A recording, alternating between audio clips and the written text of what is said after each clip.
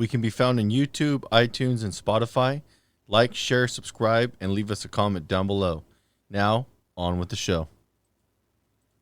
Okay. We'll do it live. Fucking thing. No. We'll do it live. Fuck it. Death Holler is a horror cast created by two true horror fans to bring to the table your favorite horror films. Topics include, but are not limited to, historical horror, gore, the occult, and terror. Listener discretion is advised.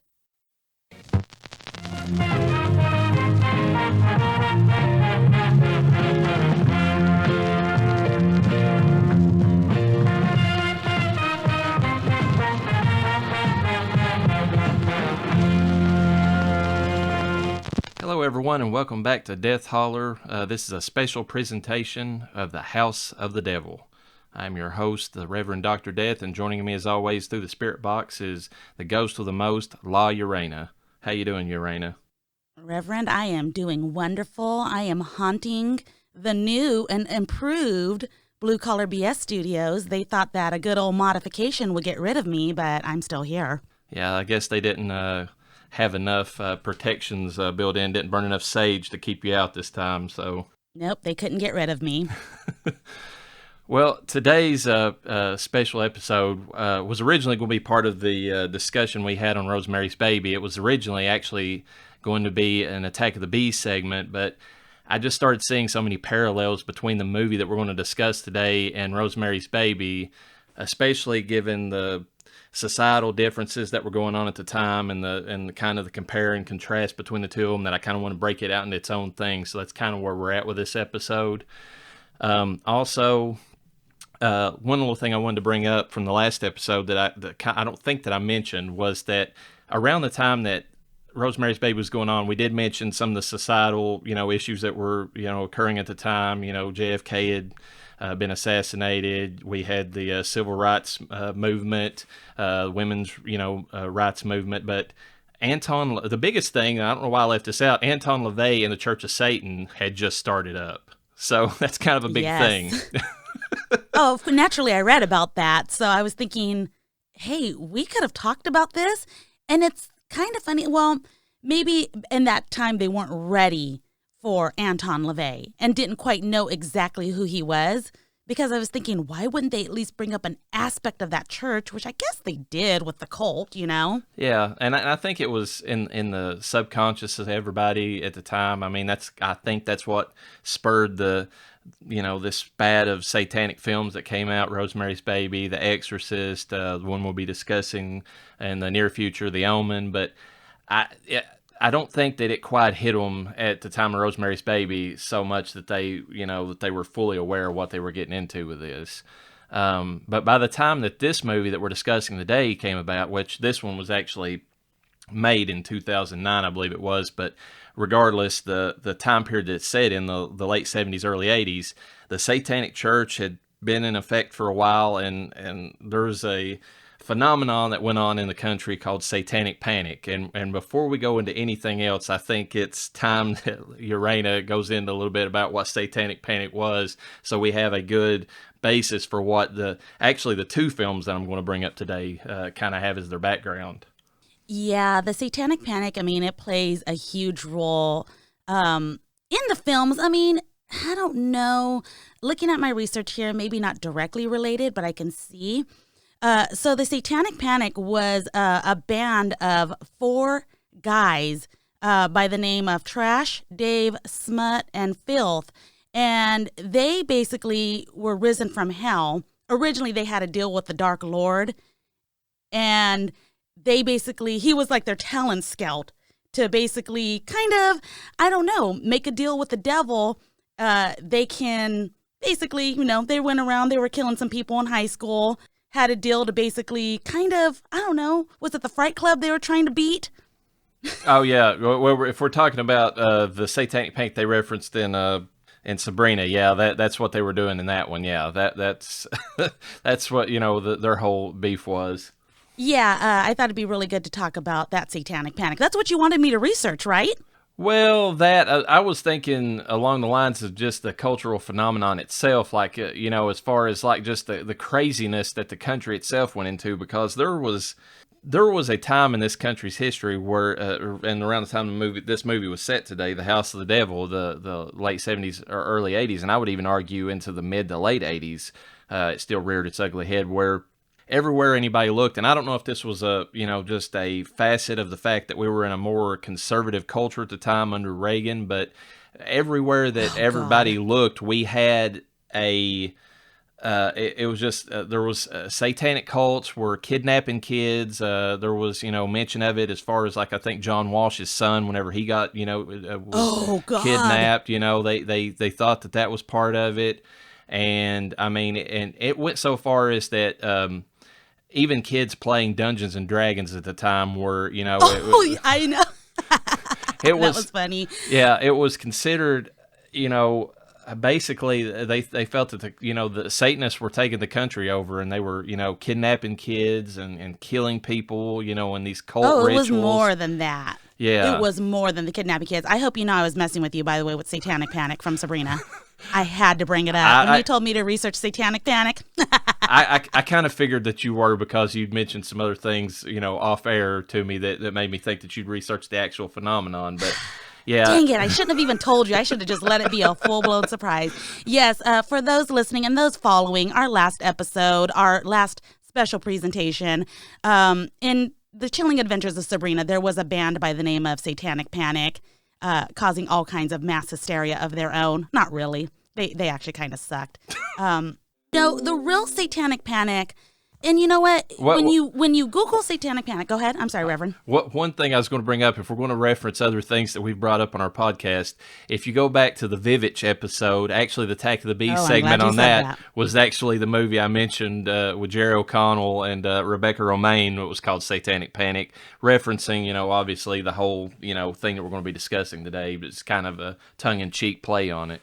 Well, the movies you've been selecting, and we've been watching, granted, we selected them together, they really are tying into each other a lot. Especially, I'm seeing a lot of Rosemary's Baby references in almost everything I'm watching lately. So it's kind of funny, all the way from Chilling Adventures of Sabrina to, what we watched, recently. I go back a little further, because when you Google the Satanic Panic, you're going to get a lot of different series of events that happened in the 1980s. And I'll discuss a little bit about that. I'm not going to go too much into detail because you kind of get the idea of what's going on. Ultimately, Satanic Panic is described as a result of mass media. But and when you think of mass media nowadays, we're thinking of social media. We're thinking, Facebook. We're thinking Twitter. We're thinking the news. When I think of the Satanic Panic, and the Reverend, I think you agree with me, it goes as far back as the Puritanic Panic, probably even further back. Well, now that you mentioned that, I wasn't even putting that in my mind, but it was literally a Satanic Panic whenever the events of like the witch, that we discussed were going on. I mean, that's exactly, what would you call it otherwise? It was a Satanic Panic. Anything that brought them joy of any kind of sorts was the result of the devil. So I look at it. It's not the actual Satanic Panic. I'm aware of that, but you cannot ignore the Puritanic Panic is what I like to call it. Like, I Googled Puritanic Panic. I don't think anyone has used that, so I need to you need to copyright put my stamp on that word. It's on this episode. As long as you said it, if anybody tries to take it, it's yours. So you've got it now. It is March of 2021, and we just want it known that, and not even that, I said Puritanic Panic in the Vivitch episode, so I'm locking down on that word. Someone's probably said it. There's no way. Well, maybe, but so you're basically, and I don't know if I can refute this. So you're basically saying that the puritanical roots of this country have led to basically a satanic panic of sorts that's never really left this country's founding, and it's kind of continued with us over the centuries and decades. Well, now that you say that, I wasn't thinking that, but that's not necessarily untrue. I mean, I don't think so much it's Puritanism. I think it's just people and scandal and how, rumors get spread and what you do with those rumors after that. Because if you think about it, when we talked about the Puritanic Panic and the Vivitch, which ultimately led into the Salem witch hunts and the trials, which that was, let's see, the Puritanic Panic was the 16th century. Still within the 1600s, I mean, you had 1690s, the Salem witch trials. Mm-hmm. Then way fast forward. Look, I know there's gaps I could fill in from then to where I'm jumping to now, but 1960s, well, 1968, you had Rosemary's Baby, and that caused hysteria. Well, you could probably go. You could go a little bit farther back than that if you want to really kind of tie it all into. I mean, something else into it. What would the Red Scare be? But kind of a satanic panic. I mean, it wasn't the exact. I mean, it wasn't Satan necessarily, but they called the hunt for communists a witch trial. Like, I mean, there's hints of that same kind of mentality, at least even back in the 50s. Oh, it goes on as we get closer to our current times, which honestly, witch hunts, it may not be called the Satanic Panic, but witch hunts are directly correlated with the Satanic Panic. You're putting a mark on somebody and say we need to go after them because of blank, because that's how it happened. But what caused this, specifically the Satanic Panic, was all the different things that related to the devil or Satan himself that really got people unhinged and scared and nervous. In 1969, Anton LaVey, as you had mentioned earlier, he kind of made his, debut, and he was the Church of Satan, which, as we know now, they don't worship Lucifer. They don't worship the devil. They are more or less kind of mocking religion by acting like a religious cult or religious deity of sorts. Yeah, some of their stuff's kind of goofy. I mean, they literally just like, what does the Bible say that they do in this certain ritual? Let's just do the opposite. It's kind of, I don't know. The opposite of it. Yeah, they have their own rituals. They have their own weird, he did it, granted, for show, but it scared people. If you are conservative and religious of any sorts, like really religious, you are a Bible thumper or you are following the word of the Lord, it's going to scare you because you are taught to fear the devil. So I can't necessarily blame them. Now, not long after that, in the 1970s, we had the Manson murders. True. I mean, okay, this was before the quotation mark Satanic Panic. Then you had The Exorcist. Tell me the fear of the devil was not deeply rooted in all of those. Well, I mean, it was, and if you want to go even further, we'll get into this more in the Omen episode that we're going to record here very shortly, but the whole genesis of that was literally the guy who came to him with the idea for the Omen was a born-again Christian, and he was, like, what if, and like he was in, after seeing some of these other movies around the same time, was just like, what if the Antichrist lives amongst us? And it was, more of that, religious, fear of the devil type thing that fit into that movie. So, it all kind of went through really from the 60s. There's a through line all the way to the late 70s that led into this whole event that we're talking about. Yes. Now, as we rolled kind of into the late 70s, out of the 70s, and to the 80s, where the Satanic Panic literally took off and was identified as the Satanic Panic, I mean, you had murderers like the son of Sam, David Berkowitz, and Richard Ramirez, which, I mean, the one thing, when I think of Richard Ramirez, I think of the pictures they made of him that they put up around Los Angeles, and I think about the time he was in court and he had the pentagram on his hand.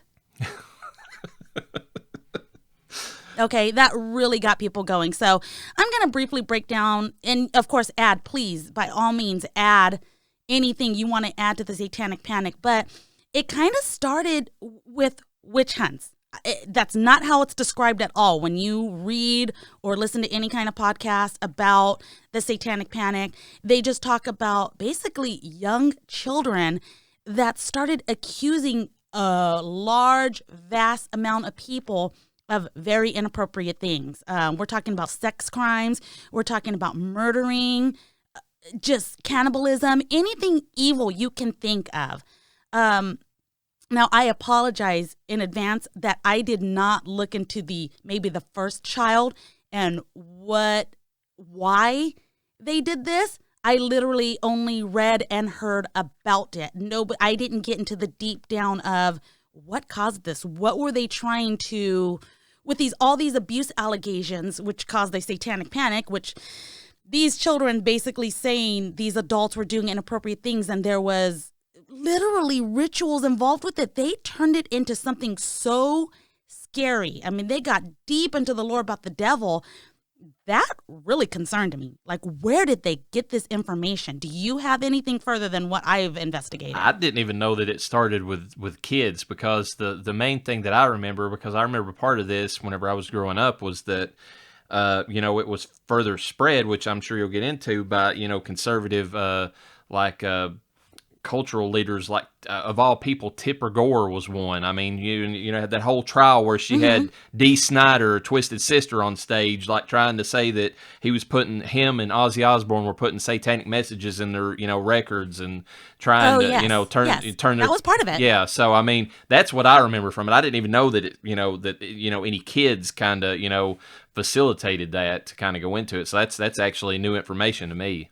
Okay, so it was specifically related to Kern County, which is located, I want to say, probably Southern California area, if I'm reading this correctly, or if I had researched correctly. And it was in relation to, the Kern County abuse allegations.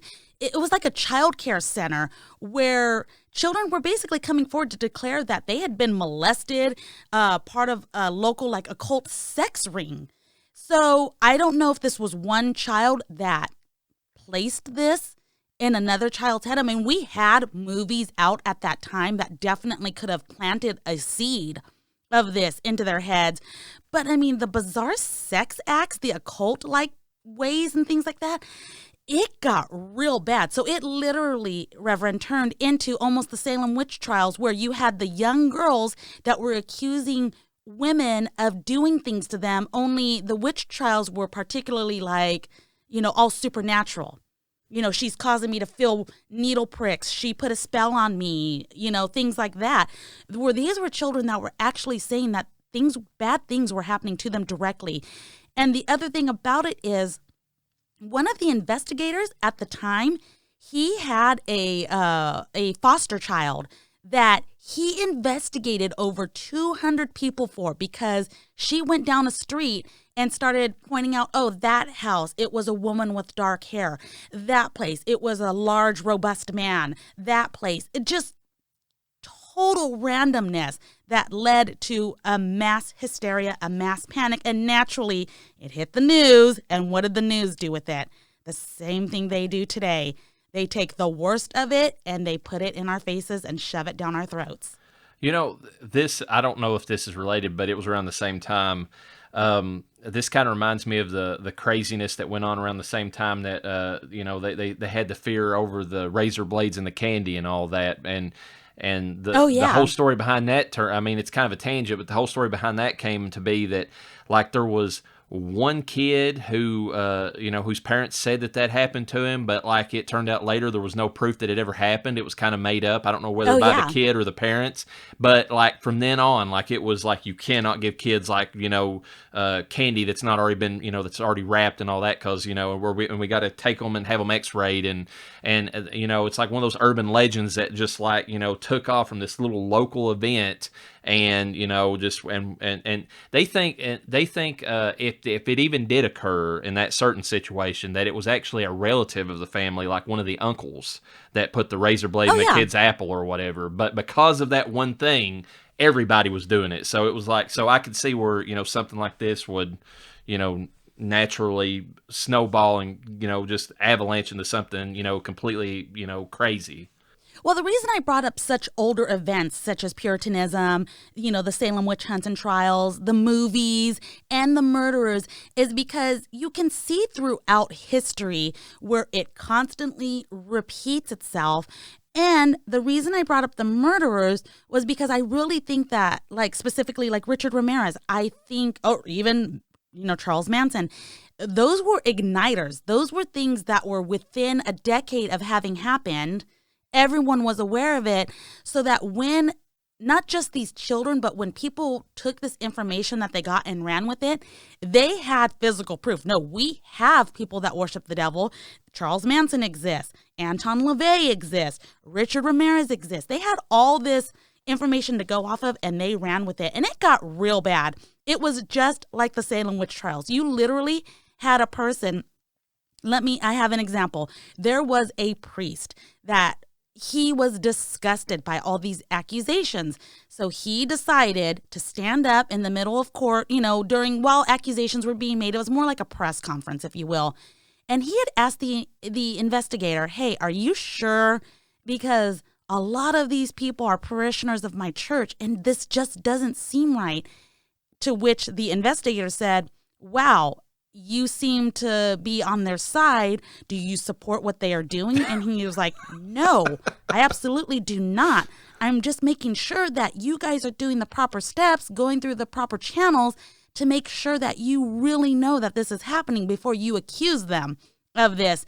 To which the investigator then, a week later, had a new list of people to be investigated and suspects, and that priest was on that list.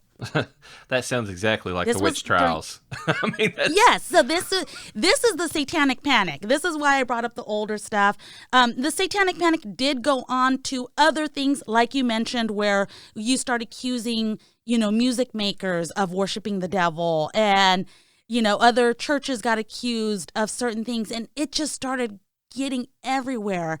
I mean, I think you and I can agree that even now, we have the news where if somebody doesn't like somebody and they talk about it on the news, everybody hates that person, or you're supposed to. And if you don't hate that person, you are literally might as well be worshiping the devil. I didn't think about that, but if you want to, you could probably label cancel culture as the new witch trials. I mean, really, you say one, somebody gets, this wild idea about somebody, get the mob together, put an end to them. I mean, it's kind of the same thing. Just instead of now, it's more like a scarlet letter, as in let's shun them, as opposed to like burn them at the stake. But it's that kind of same concept.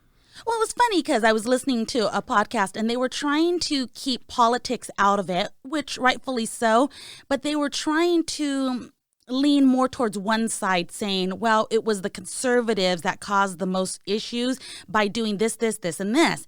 And I was thinking in my head, I need to research to see how old this podcast is, because do they realize that the other side is the side doing that right now, canceling everything and saying this person is bad? We need to make sure that they are removed from society and, basically cut his head off, his or her head off.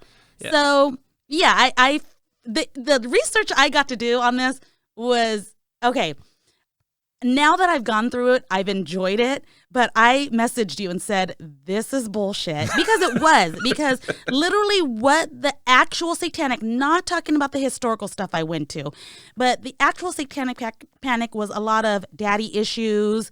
I hate to say, children that were displaced at young ages.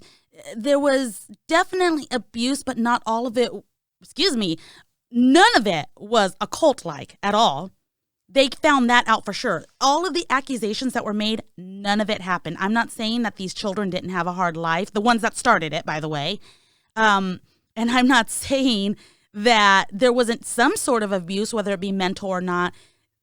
But basically everything they said was not true at all. And I don't know how they walked it back. I didn't get that far into it. Or at least, let me rephrase. I never literally found any information about how it was handled after they found out it didn't happen.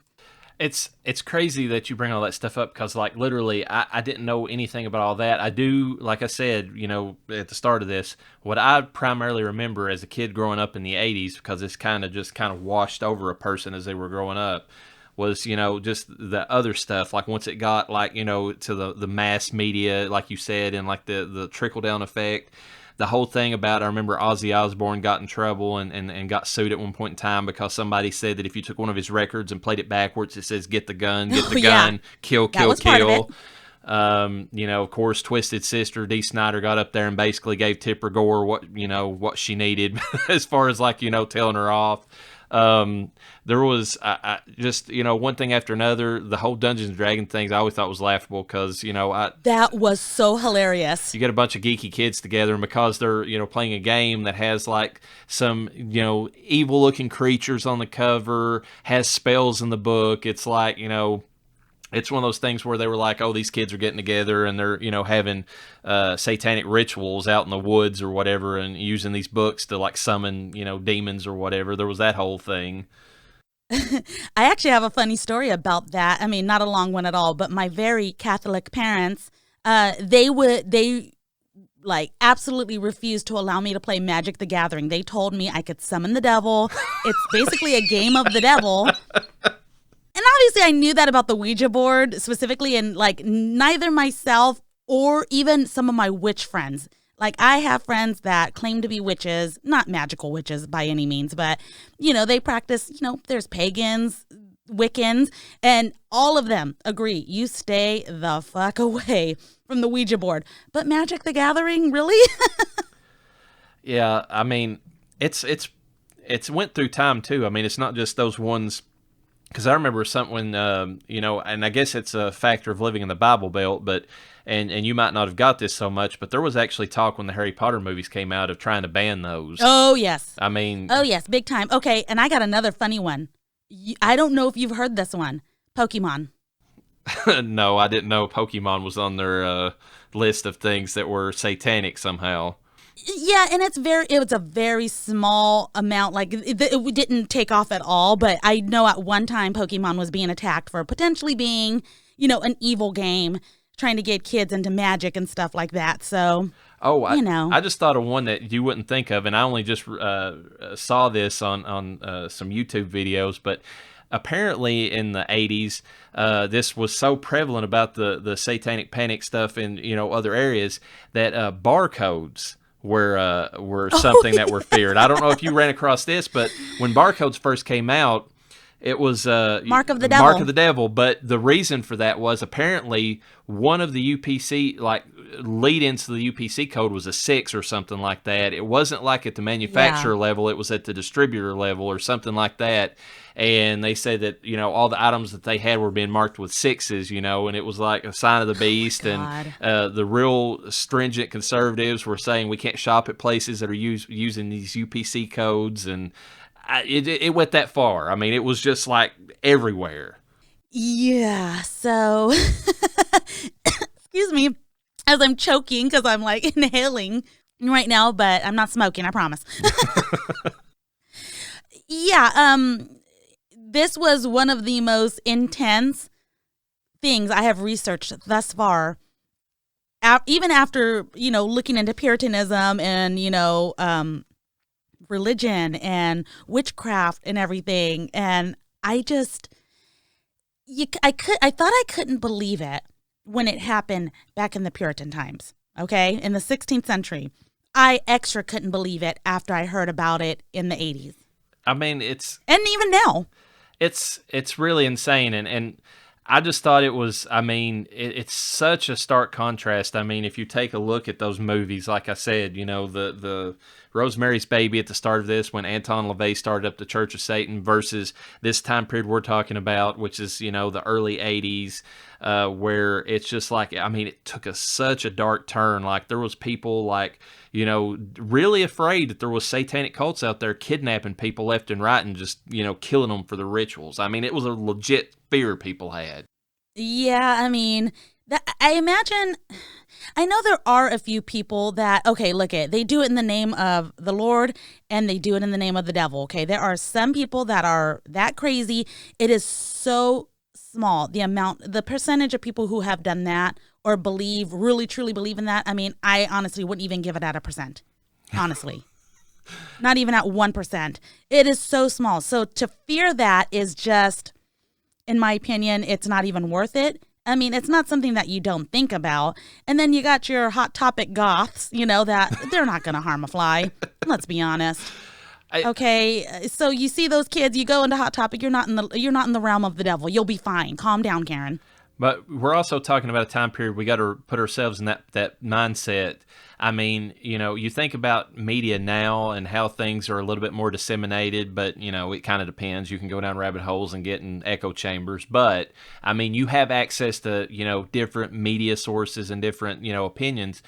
back in those days, you had like the 3 channels, or 4 or Yeah, whatever that's it was. true. And if they were running a local news story about how somebody was, had disappeared or been kidnapped and, and all this stuff, and, how news normally does, like if they get something that's a clickbaity type thing that gets them viewings or whatever, or clicks or whatever, they'll run with it. Well, I mean, if you keep having that hammered in, I think that's kind of what fed this, because nobody had any. It's like the only news they had were telling them, this is what was happening. So I'm trying to remember. There was a, kind of like Unsolved Mysteries. It wasn't Unsolved Mysteries. I'm trying to think of the big, not sports guy. I don't know why the hell I was thinking a sportscaster.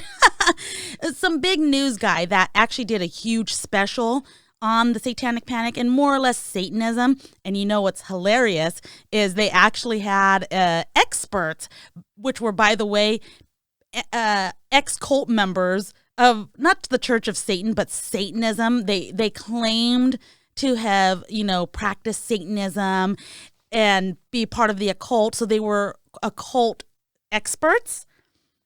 Total bullshit. I mean, it was total bullshit. They got onto some of the high-end, talk shows and news specials, and people paid the money. They actually were even on the police force to help, determine, okay, yeah, this person is an occultist, and this is what they would do, and this is how they would do it, and things like that to try to help them solve murders and solve crimes, and it got out of hand. I'm really surprised that Geraldo didn't have like a big expose on it. I mean, he was into everything at the time, so. It might as well have been Geraldo, but I apparently did not find it important to write down the person's name. I just found it hilarious because it wasn't just one person, it was a few.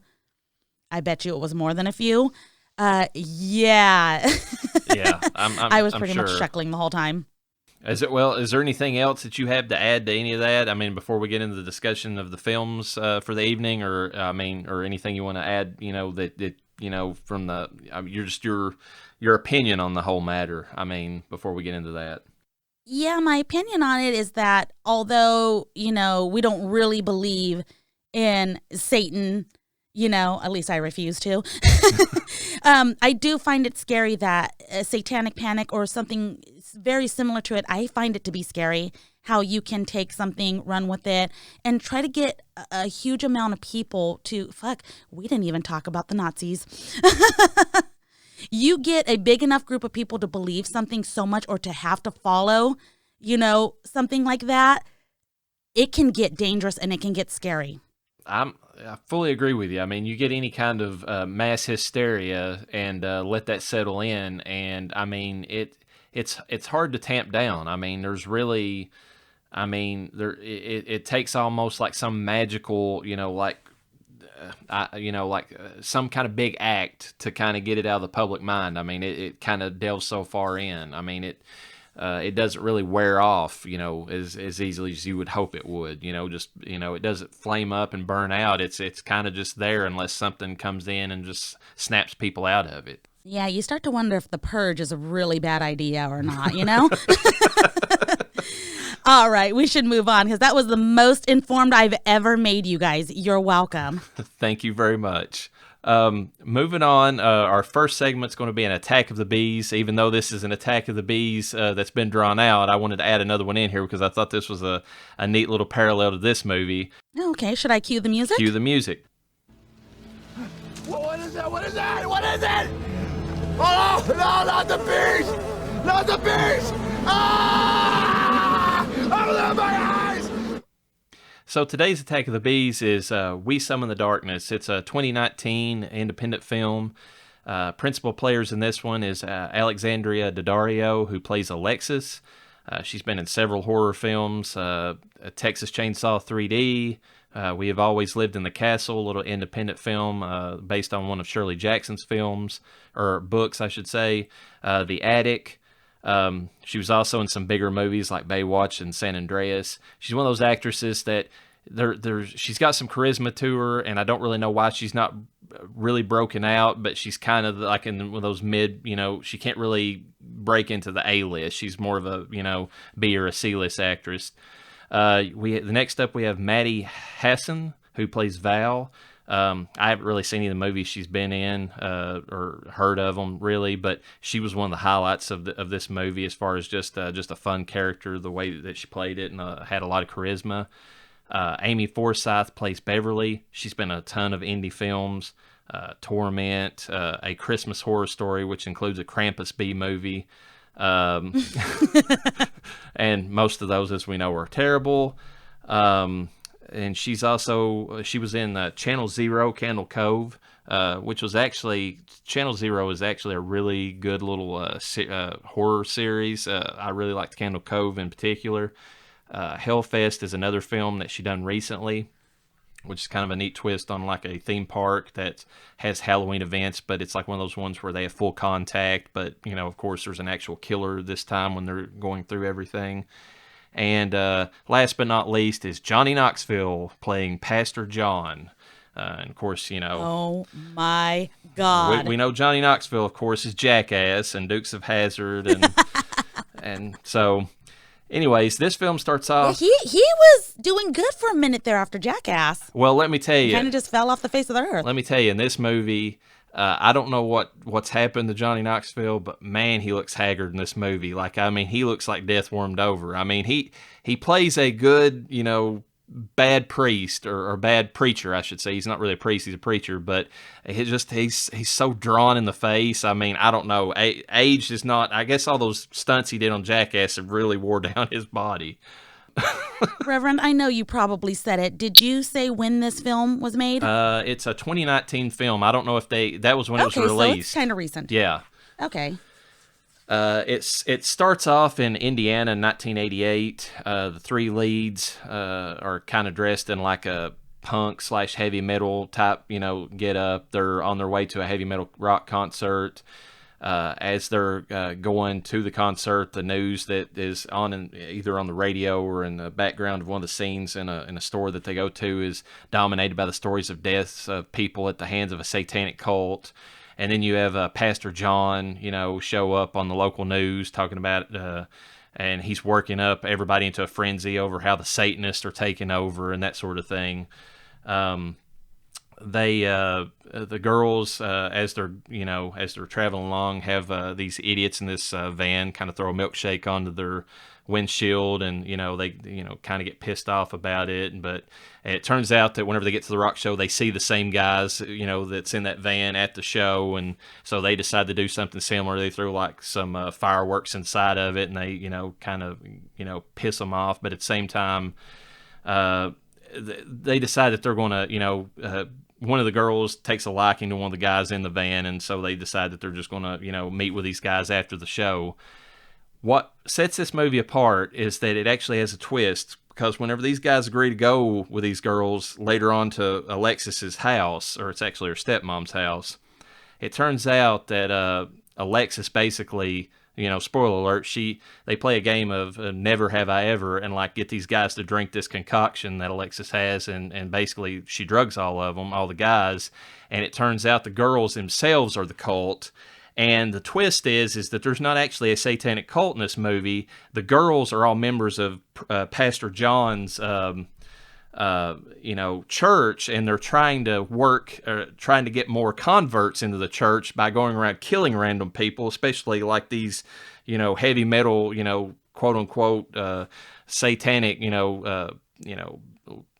people that are listening to satanic music. Basically they're going around killing them to get the good church folk into the church and drive up Pastor John's attendance. So I thought that was a neat that's kind of a neat twist. I thought it was a neat twist. If there's actually no satanic cult, it's actually the evangelical church that's actually causing all the killings. Oh shit. The only problem I have is that from there on in the movie, the two leads of Alexandria Daddario and the one who and Maddie Hassan, who plays Val, they steal the movie. I mean, they both have charisma to burn. I mean, they're just playing it up to the nine. They're like super out there. The third female lead, she's kind of like the one who's on the fence. So she's more the straight person in the film.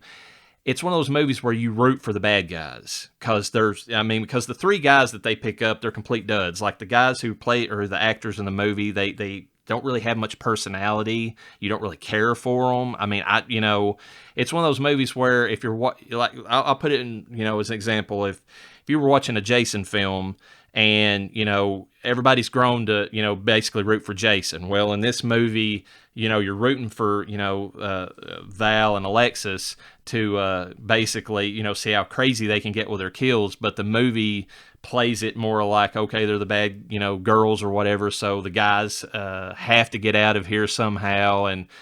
And so whenever the guys actually start turning the tables and killing off the lead actresses, I think the movie takes a turn for the worse because you're killing your charismatic leads. And yeah.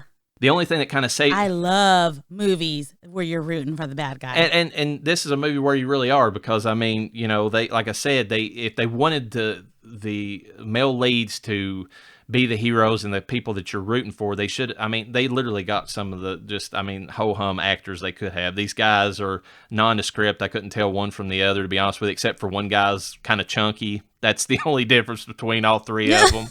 And sounds like my kind of guy. Yeah, and then there's the quote-unquote good-looking one. That's the one that the third, female lead, Beverly, falls in love with. But, the only thing that kind of turns around near the end whenever the two...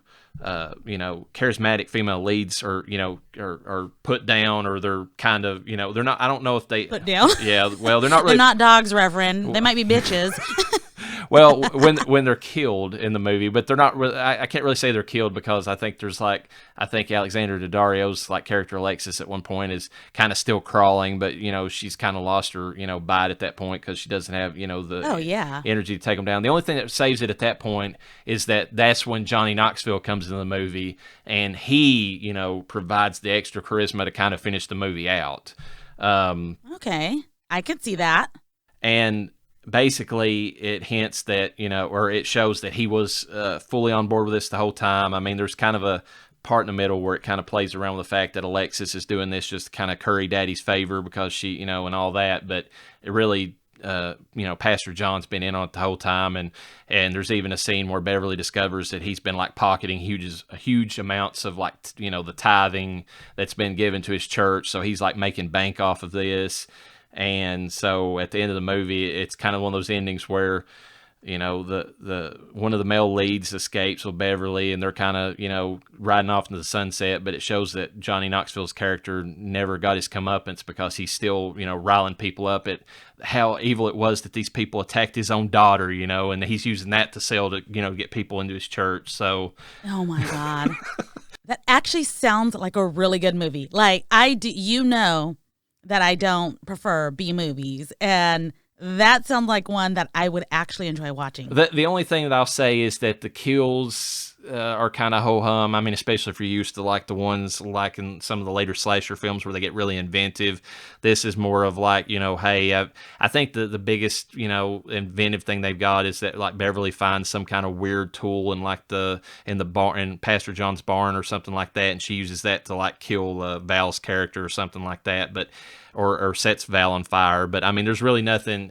There's no inventive kills in this movie, so it kind of loses a little bit in that respect. But I like the concept. Yeah, but that kind of makes it a little realistic because it's fun seeing those crazy kills in slasher movies when you have a crazy, huge, supernatural character of sorts like Michael Myers or Jason Voorhees. But when you have girls, let's be honest, that makes it seem a little more realistic. First of all, they're killing dudes.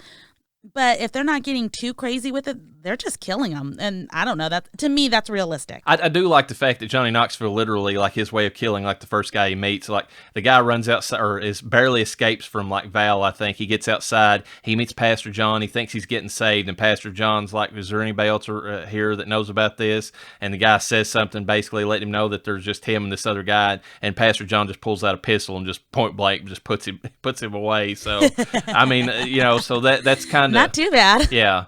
So, as far as a rating on it, I'm going to give it the Nicolas Cage Bad Lieutenant Port of Call New Orleans treatment. It's got some fun characters in it, in this case, Alexander Daddario and Hassan, Matty Hassan, but and of course Johnny Knoxville. But just I think it kind of peters off near the end just because they kill those leads. Whereas like at least Bad Lieutenant, had the good sense to never really make Nicolas Cage ever suffer for any of the crimes he did during the movie. So you get to see him just ham it up the entire time. I would have liked to have seen him done the same thing in this one. Just kind of let the two, charismatic actresses just kind of, go to town, have fun, just killing these guys. So anyways, that's my review for that movie. I've never really wanted to watch a B movie as much as I want to watch that one, actually. Yeah, I know you're not recommending it super crazy, but yeah, I mean, I don't know. There's parts to it that I would recommend, but it's just that it kind of drags a little bit when they get to the concert. There's a little bit of the dialogue's kind of cheesy at that point. And then it picks up again big time whenever, the twist comes in. I love that twist. I think that's great, especially given Satanic Panic and what we know about it in real life. The fact that they twist it around and actually make it to where the evangelicals were the one behind the killings. I love that whole idea. Yeah. It's just that, like I said, I really wish that they should have realized, hey, these actresses are killing it, literally. Let's let them just, have the fun. Let them live. Yeah, let them live. Maybe give them an out toward the end of it. Maybe set up a sequel with them. I mean, they would have had a lot of ways to go. And especially, and bringing Johnny Knoxville kind of helped save it a little bit. But I still would have liked to seen those two actresses make it. But yeah. Okay.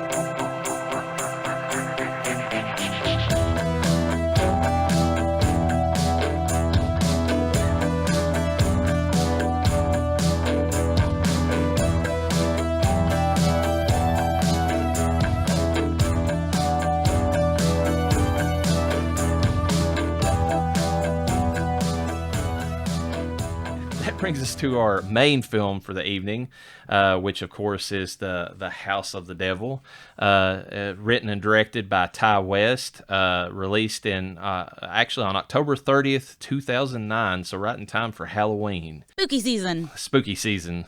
The principal players we had for this film, the lead actress, of course, is Jocelyn Donahue, who plays Samantha. She is the main protagonist. She's actually been in several horror films since then. She was in one called Trapped the Devil, I think. Trapped the Devil, which I think when Dead Awake, which might have been previous to this. But then she was also in Insidious Parts 1 and 2. Oh. And more recently in the movie Dr. Sleep. Okay. Greta Gerwig plays Megan, her best friend, and she's actually a writer, director, producer, and she's very commonly known for basically one of her big, I think she won an Academy Award for this movie called Lady Bird. It's like more of a, I watched it just after the movie just kind of see what Greta's own, like, you know, her own directorial, you know, like views were, her spin was. I would rate Lady Bird as more of like, I don't know if you ever saw the movie Napoleon Dynamite, but just imagine a less goofball female version of that movie. That's kind of what Lady Bird's like. It's like this coming of age story about a girl in high school, and she's kind of weird, kind of like Napoleon is, but not quite to the extent. I mean, it's not played. It's a comedy, but it's not played as goofball comedy as Napoleon Dynamite was. We have she's got some audacity writing a story about my life is all I gotta say. So I'm gonna need some money for that. It was set in it is set in California, so I mean, and so there's that. Oh my God. The next actor we have in the movie is Tom Noonan, who plays Mr. Ullman. He's the primary antagonist in this movie, and he's been in a ton of stuff. I mean, and he plays creepy characters in about everything I've ever seen him in. And a little thing about him is he's a method actor. So I don't know what he did on this set particularly, because I didn't hear anything about that in the behind the scenes. But he was in the Monster Squad. He played Frankenstein in that, and I love that great movie.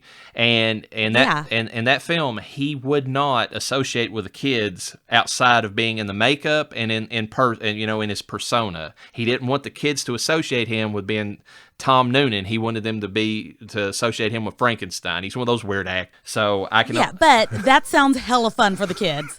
It probably was, but can you imagine Mr. Ullman in this movie, the character he plays? Like, how did he interact with anybody? I mean, I don't even want to think about how it was trying to talk to the guy during the filming of this. He stood out a lot in this film for me. One of the people that I kind of liked the most because he gave me the creepiest vibes. Oh, yeah, and you'll probably... And might I mention, he is morbidly tall. He is massively... Either that or... Yeah, because I was like okay, I don't know how tall Jocelyn Donahue is, but she looks like she could be tall. She almost looks like, I think she is tall for a lady, and so like the height discrepancy is that much. We'll get to that scene, but that scene where they first introduce him to her, like they really play it up like big time. Some other movies he's been in. Oh my God, she's only 5'4". She's my height. Oh really? I thought she was taller than that. I'm sorry. But anyways, other movies he's been in is Wolfen. That's another horror film he was in. Manhunter. And one that I didn't recognize him from, but of course he was covered in so much prosthetics, but I've seen this movie so many times and I love it. It's Last Action Hero. Do you know what character he played in that movie? No. There is an axe killer in that movie that Arnold Schwarzenegger has to fight as the main bad guy, the one that escapes from the movie at the end of the film, and that he has to take out in real life, and that is Tom Noonan that plays that character. Don't judge me. I don't think I've seen Last Action Hero, but you should I've watch heard it. Nothing but good things about that film. It's really good. I'm so weird. It's cheesy, but it's good cheesy. Okay. We have Mary Woronov, who plays Mrs. Ullman. Who is also morbidly tall. She's as tall in this movie, I feel like, as Tom Noonan, which is really weird. She, of course, in the movie plays the part of the satanic cult, and she could be the leader because we'll get into that about Tom Noonan, but I kind of feel like his character is more of a passive evil, and I feel like she is the more direct, like, we got to do this. I think she's the one behind everything, but she's been in several different things too. Night of the Comet, I love that film. I don't know if you've ever seen it. It's a great cheesy 80s zombie film, and it's 80s through the teeth. Wait, Night of the what? Night of the Comet. Oh my God! Yes, I have, but it's been a long time, and I think I need to watch it again. It is so 80s. You'll be wearing acid wash jeans before the movie's over with. I mean it. And she, which, by the way, there was acid wash jeans in this film that we watched. There was, and she plays one of the evil characters in that movie as well. There's like they in one part of the movie they get to like this military base and they think they're saved, but it turns out that the people in the military base have been exposed and they're slowly turning into the ghoul-like creatures that the zombies or whatever. And so she's one of them that like tries to attack the girls, the main protagonist, and tries to take them out. So anyway, she was in that. She was in Chopping Mall. She was in Rock and Roll High School. I think she played like the evil principal in that movie. Death Race 2000. And more recently, she played in The Devil's Rejects. Oh, wow. Yeah, she's been in a lot She's got a good scoreboard there. Yeah. Also, for reference, if I might jump in here. Okay, so Tom Noonan is 6'5", and Mary Woronov is 6 foot. So with a good set of heels, she was just about the height as Tom Noonan. She was. Those are some tall people. Yeah, they're very tall people, and I think that it adds to the movie too. We'll get into that, but I think that it does. Seeing how tall and just oppressive they are. I mean, like just that it really adds. But anyways, to round out the actors in the movie, we got A.J. Bowen, who plays Victor Ullman. He's of course the son of the two leads. I called him Mysterious Bearded Man. And he provides the scare in this movie. I'll get to that later, but I legit have a scare in this movie, and it's because of this guy. And okay, he played in Hatchet 1 and 2. You're Next. Chillerama, Dead Night, Trap the Devil with Jocelyn Donahue. So they actually worked together on Wow. something else. And believe it or not, he played in Satanic Panic, the film that we talked about on the Vivage. It all comes back. All right. We've come full pentagram, everybody. Yep. And we have Heather Robb, who plays the roommate. She's basically the motivation for the entire plot, because if you had a roommate like her, why wouldn't you want to get away from her? Oh my gosh, she was disgusting. I'm going to bring that up. Yeah, she really did a good job with this. But she's played in other Ty West films. There was a movie called The Roost that she done with him. She played in another movie called I Sell the Dead. And she was in another little indie vampire movie called Stakeland. And that's actually a fairly good movie. It's kind of like a post-apocalyptic vampire film where it's it's not really a father and son, but it's like a father-son relationship. The two leads are basically traveling through post-apocalyptic America and just, vampires everywhere. So it's kind of a fun little indie film. Okay. And rounding out the movie, we have Dee Wallace, who played the landlady. And, of course, she was barely in this film. Yes. She only filmed literally for a day, but she's been in the most things of probably anybody in this film. She was in The Howling. She was the mother in the mother in E.T., so a lot of people know her from that. She was the mother in Cujo. And shit! Everybody knows her from that. You just fucking blew my mind. That was a great movie. She was the quintessential 80s mother, because she was also the mother in Critters, which is another great little cheesy film. Oh, damn. She was in the original Hills Have Eyes. She was in the slasher film Popcorn. She was in The Frighteners. She played the evil girlfriend to Jake Busey's character in that movie. Oh my God. She was in Rob Zombie's Halloween. She was in Rob Zombie's The Lords of Salem, and she was rounded all that out and was in 3 from Hell. So Dee Wallace is basically a horror movie queen at this point. Like, she's been I was wondering why you brought her up. I was like, she barely had a role. I did not recognize her. I mean, she is a queen in my eyes now. She is a scream queen now because of Cujo. I mean, come on. They filmed days in a fucking car. Yeah. And she made it amazing. Yeah, she really sold that movie, and really, I think that's the reason she was in it for a day. They were like, being a small indie film like they were, the fact they got Dee Wallace, I'm sure they were over the moon. They were like, oh my God. Oh, yeah. So let's get right into the movie.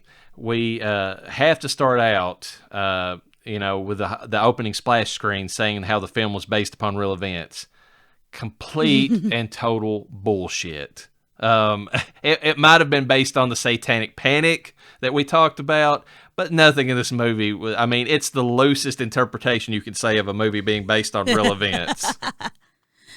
Yeah, because, as far as I know, I've never heard of I don't even want to get into it because it'll spoiler alert it, but we'll get into it at the end of the film. Yeah, but I just want to say that I love the fact they had the balls to put that in front of the movie. It's such bullshit. You have some fucking audacity. Yeah, but it's there. We open up with the one scene that the landlady's in, the only scene that she filmed. Yeah, which I immediately was like, she's a witch. Which is funny because she's a witch. She played a witch in Lords of Salem, so you're not wrong. I'm not wrong. She had this intuition, and I'm like, she's a witch. And of course, the apartment that Samantha's buying happens to be right next to a large church. I thought that. Yes, I saw that. That Ty West specifically, going in just a little bit of the behind the scenes on this, the interior that they filmed of the house was not the house that they filmed the exterior of, because he really wanted that scene next to the church because he wanted the contrast. He wanted to set up that, she was going to be next to this peaceful church, if she ever got the house she wanted. But then, of course, the events of the movie happened and took her completely 180 from that type of setting. But the house they actually filmed in, they had to go a different route because the house that was next to the church was a little too modern looking. So they had to find another home that looked more 80s appropriate, like that late 70s, early 80s look. Yeah. And they did good. Yeah, and he said that they got lucky too, because he said the way, and you can notice this in the scene when you watch it. There are 3 rooms back whenever they're like filming Samantha. Like they just happen to have a home that's like so open that it was like, they could film 3 rooms away, and then just kind of do, which is another little behind the scenes thing they did in this. They went old school on it. I mean, you'll notice immediately because it's got that grainy 16 millimeter film look that they filmed in. But they did a different type of zoom in this movie too than they do now. Like back in the old days, the ones that they're trying to reenact in this one, basically, they did what they call they just did camera zooms, where they would just take the lens and zoom in, and you see that in that first scene where they are 3 rooms back and they zoom in on Samantha.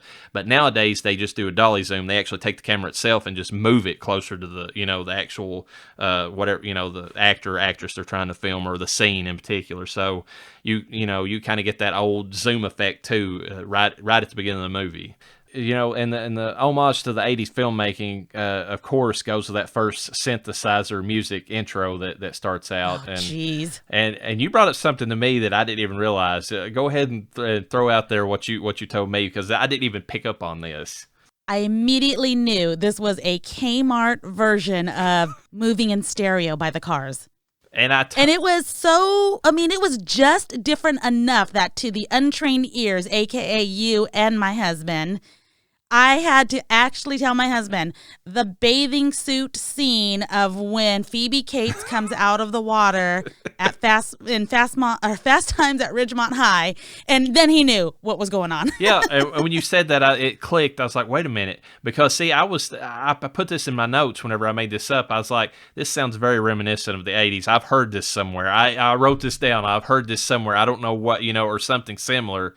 And when you said that, I was like, oh my God, that's exactly what it is. And you can put them side by side, and you can see the slight difference, but that's what it is. Yeah, and it kind of makes me sad, because throughout this film, they actually had a really good 80s soundtrack.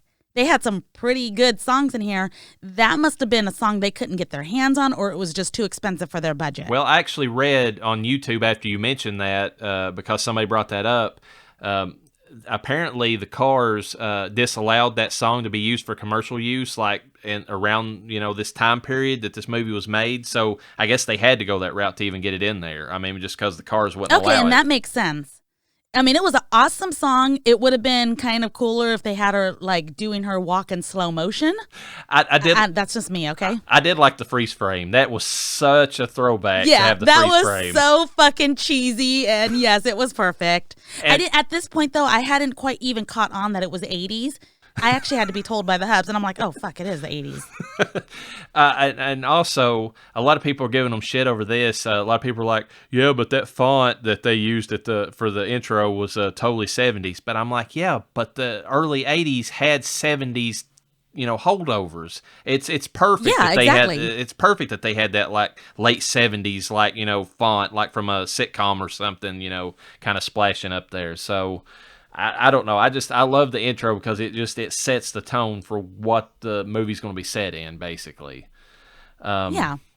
And going off the back of that, all the clothing in the movie, the sets, it's the best they could. The props, they were almost completely from the time period.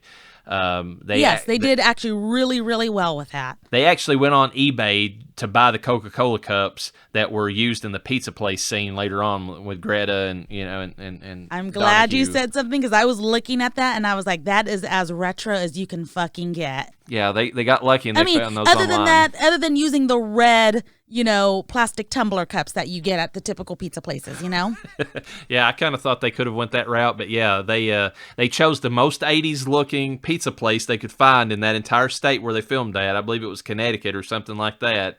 And and because the cups were slightly off, they went on eBay and got those. And there's a little bit more that they did later on to kind of, and I'll get into that. But yeah, I just thought that was kind of cool that they tried to stay so close. The only thing that threw me was later on there's a scene where Samantha is talking on a phone in the dorm, and it's one of those clear, corded phones or whatever, and I kind of felt like for the early 80s, they might have had those available, but I felt like that was more of a late 80s thing, but that's I thought that was a 90s, honestly, so I'm with you. Yeah, so that's the only thing that threw me off. I'm like, the clear phone's kind of but that's the only thing that kind of I thought was out of sorts for the movie. The basic plot line is that she's Samantha, and it starts out with a landlady. She, kind of explains it. She's just desperate to get away from her shitty roommate. Like, she lives in a horrible dorm. I mean, and we'll get into that. That dorm was nasty, but it was nasty and depressing. And her roommate, we're not slut shaming, but she was a slut and a slob, and didn't really care for Samantha's private space at all. So, I mean, I can see why she was trying to get away from it. So the gist of this movie is literally she's trying to get this apartment. The landlady gives her deals like, listen, I'll cut all the other expenses, but you got to pay me the first month's rent up front. And so she takes this weird babysitting job to try to get enough money before, she loses the apartment. And that's the simple, setup for this whole entire movie. Which, can we talk real quick? Maybe we should honestly wait until we get to the point where she negotiates her fees, because that apartment was probably not cheap, but right around the price range for the time. It was what, $300 is what I saw in the ad? Right. Yeah. Yep. Can we talk about her negotiations about how much she got paid for the babysitting job? Do we want to wait for that? What, are you talking about the $600 that I think it was around $500 or $600 that she got out of Tom Noonan's character? It was $400. Is that all she got out of him? Because I thought she held out even longer, and she got another extra $5 or another $100 on top of that. Well, okay, so it was. We should probably, you know what?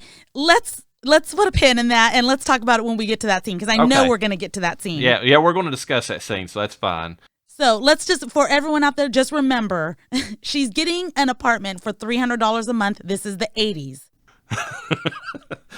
They establish really early in the next scene why she's trying to get away from this dormitory. Her roommate's got her locked out because she's fucking some new sock on the door. Sock on the door. She's fucking some new rando that she's never met before.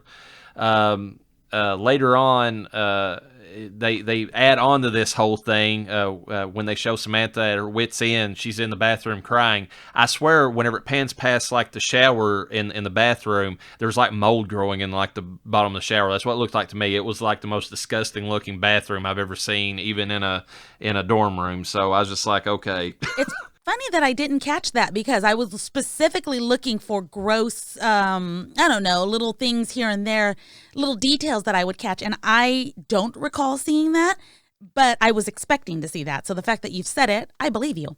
It's in the dorm room itself, of course, there's a little bit behind the scenes on that. It looks really fairly worn down and grubby, but the funny thing is that it's actually part of the house they filmed at later in the film. And it was the upstairs portion that they used, and I think maybe even that. And so I don't know if this is a curse for the film, because it really don't have much of one, but if it does, it's this. That house was infested with ladybugs. And if you look at certain parts of this movie and the scenes where Samantha's laying on the bed, in her dorm room, you can see the ladybugs on the wall. So, no, thank you. So it kind of adds to the fact that her dorm room is just a horrible mess, and there's no reason why she should stay there. And I got to bring this up. I mean, it comes a little bit later in the film, whenever she gets is asking about the phone call. But that scene where her roommate wakes up, blows her nose, and then wipes her hair with it. Oh my god! I'm just like, okay, I know why you're trying to get away from this girl now. Okay, that's fine. The actress that played the roommate, she was so good, because even when she finally kind of like, you get a talking scene with her, she comes off like a slob. She talks like a lazy slob. Yeah. She moves like a lazy slob. Her memory and how she is going on with her life is just sloth-like. Yeah. So she's just kudos, because she didn't have a big scene, but man, did she sell it. Yeah, and kudos to her, because she is the inciting incident. I think it's like what they like to call it whenever you give the protagonist the drama they need to go on with the rest of the film or the story, and she's definitely it, and she does a good job of providing that inciting incident, because I don't know anybody who wouldn't want to get away from her, but apparently her rando did, because he was out there like lightning. Oh yeah. So Samantha, when she gets locked out, she leaves there, and on her way past this billboard, sees there's a help wanted sign for a babysitter. Really kind of creepy though when you look at it, because there's nothing really on it. It's very plain. There's no details, just like babysitter with a dollar sign, and it's got a phone number, with those little pull tabs at the bottom. Yeah, babysitter, dollar sign, phone number. And the next scene where she finds a payphone, and a lot of kids nowadays probably don't even know what those things are, but she finds one on campus because it's the 80s. And she calls the guy, and it's Tom Noonan, and man, he just right from the get-go, just even his voice is kind of creepy. It's just like he's got this weird, for a guy as big as he is and as imposing as he looks later on in the film, he's got this really soft voice, and it's just kind of yes, he does, and it's really at odds with his character and makes him just that much more creepy in the long run. But and so she's asking him about the thing, and he's like, well, he basically tells her, during the phone call, he's like, well, hey, I need to do this immediately. Can I just meet you wherever? And she's like, okay. He said, and he's like, well, she calls the number. This is the creepy part. She calls the number, doesn't get an answer. She walks away from the payphone, and for some reason, he calls it back. He doesn't call the number she gave back. He calls the payphone back. And that's the first sign that something weird is up in this movie. Yeah, I found that to be oddly predictable, though. Yeah. I was calling so much stuff at the beginning of this film. But anyways, he's like, well, don't leave, stay wherever. I'll meet you, And of course, there's this nice little scene where I think it's kind of enjoyable, where she's kind of just laying there, bored out of her mind on the steps to this student affairs office. And a little bit behind the scenes, that scene where she gets up at the end of it, whenever she's finally decided he's not going to show up, and she drops her Walkman on the pavement, that actually was a real thing. She dropped it, and they were just like, no, keep it in, that looks natural. Yeah.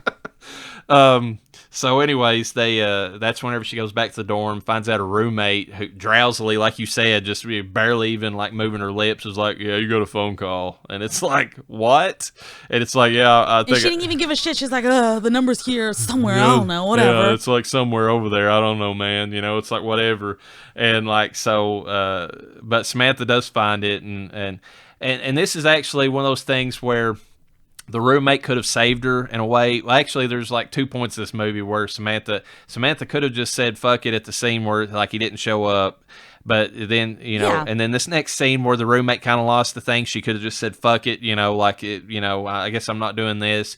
But she's just so desperate for the money that she searches and searches and she finds it. And it's kind of the thing that kind of damns her in the movie, the fact that she goes, the greed damns her. She has to find this number, and she gives him a call back despite the fact that she had 2 outs already, and neither one of them took. So, and of course he calls her back in this, creepy, nice passive voice that he has, and apologizes and says there was a previous candidate, but they didn't work out. And this has me interested because they never actually show in the movie what happened to the other candidate, and I'm sure they didn't let the girl leave. So I'm wondering, this is a spoiler for later on in the movie, but the scene where they have the shaved hair in the bathtub that Mrs. Ullman apparently makes her wig out of, do you think that's from the girl that they interviewed in the morning that didn't work out for them? Quite possibly, but I have another spoiler. There was a scene where behind the door, there was a number of, I don't know, sacrifices? Is that a good way to put it? Oh, yeah. That's the family that was previously living there. Okay. I just didn't know if that person was in there or not. I didn't put it together, so. I don't remember seeing them because I thought I saw a man and a woman and a child in that scene. And, of course, the child's the one that's in the middle of the pentagram, so that's even worse. But I'm pretty sure that the hair, I think the woman still has her hair in that scene, so that just makes me wonder if the hair that was shaved in the bathtub was from the girl that they interviewed in the morning but didn't quote unquote work out. It's possible. That's a good catch right there, because I didn't put 2 and 2 together. I obviously knew as she takes off her hairpiece later, that she doesn't have hair, so okay. Yeah. And I just want to, go ahead and contrast right now, like Tom Noonan's character from like Roman Castevet. If we're going to like start making the comparisons to Rosemary's Baby, first of all, there's the direct comparison because, Rosemary's Baby starts out with, Rosemary and her husband, looking for the perfect apartment. Of course, this movie starts out with, Jocelyn, or Samantha looking for her perfect apartment. So there's that kind of parallel. Mm-hmm. But Tom Noonan's Mr. Ullman is like a complete odds with if he's the Roman Castevet of this movie, because Roman's like one of those like charismatic, like, can sit down and talk to you about anything type guys, and you never think that he's really, in the back of your mind he's the bad guy. Whereas Tom Noonan, from his physical appearance to his weird, super nice voice passive voice that's out of his body, he's like the total opposite. Like, you never trust him at all. Just from the looks at him. Okay, are you saying you don't trust Tom Noonan at all? No, from his character in the movie, just like the way that he comes off. It's like he's the complete opposite of Roman. Like he's like anti-charisma. It's like one of those guys. It's like, oh my God, like what the he's what you would picture as a. I actually, on the contrary, I disagree with you. I did not like Roman. He had a devious look to him, in my opinion, whereas, Tom Noonan's character, he's tall and he had a very gentle demeanor in his movements. He was very respectful of her bubble, her private space. That is true. That is true. And the way he talked to her and he apologized, he was like, I'm so sorry if I put you off. And he was very gentle. So I honestly... look he's gonna catch me is what I'm saying. Okay. Well, maybe that's how it worked out. Maybe that's why he was able to convince her, and whereas maybe that's a a good contrast in the movies, because Roman didn't. Rosemary was put off by Roman, but it was her husband that was So maybe it's the male thing, like the guy who can sit down and bullshit with you, like can pull in the males, but it's like that timid, like, I know I'm tall, but I'm a really nice guy, that sort of Tom. Maybe that's like more inviting from a feminine perspective, I guess. Maybe there's some absolutely. Maybe there's something to that, but it's an odd contrast between the two characters. They're like night and day. He's a gentle giant. Except there's one scene that we'll get into later that he kind of shows a little bit of aggression, and that's kind of hints that there's a little bit more underneath the surface. But we'll get to that. So right after this scene where he talks to her, Samantha meets up with Megan, and that's whenever they have the scene at the pizza place. And I kind of just love that scene because, like, Greta Gerwig's character is like just kind of a tomboyish, like, she doesn't give a shit about anything. She's just chomping on that pizza, has that look like, man, this pizza's so shitty. But then she continues eating it. I just love that. Which is, there's another scene. Okay, talking about the pizza. She eats the pizza and she specifically says, this pizza tastes weird. Yes. I believe that's the exact dialect. And later on, we have another scene where she's eating the pizza and it tastes funny. I don't know why that stood out to me, but those two pizza scenes, it's like the pizza in this movie was horrible pizza. Well, I'll get to the one later, but I think that's a direct contrast to Rosemary's Baby again, and we'll get to why I think that is. But the one later in the movie, Tanis. Yeah, well, not Tanis, but something else. Yeah. Okay. So, anyways, that's whenever so she confides in Megan that she what she's doing, and Megan's kind of the doom prophet in this movie. I know we brought it up in the Rosemary's Baby with Hutch or whatever, but Megan's definitely the one in this. She's the one that's like, Samantha, are you sure you want to do this? This guy's all kinds of weird. He stood you up. So just let it go, and she provides like the third out for Samantha. She's like the one trying to talk her back over. It's like, you can get the money some other way. Don't do this. It's weird. He's like way out in the middle of nowhere. Don't go out that direction. And again, Samantha, kind of begs to get in the situation she's in. She's like, I gotta have it. I gotta have the money. You know how bad things are. So I think this is like the third and final, if you want to go with the biblical reference, the rooster, crowed 3 times. I think this was the final one that like done her in. Like she had the one last, this like her friend trying to convince her to not do it. And of course they had. But I need the money. Give me that money.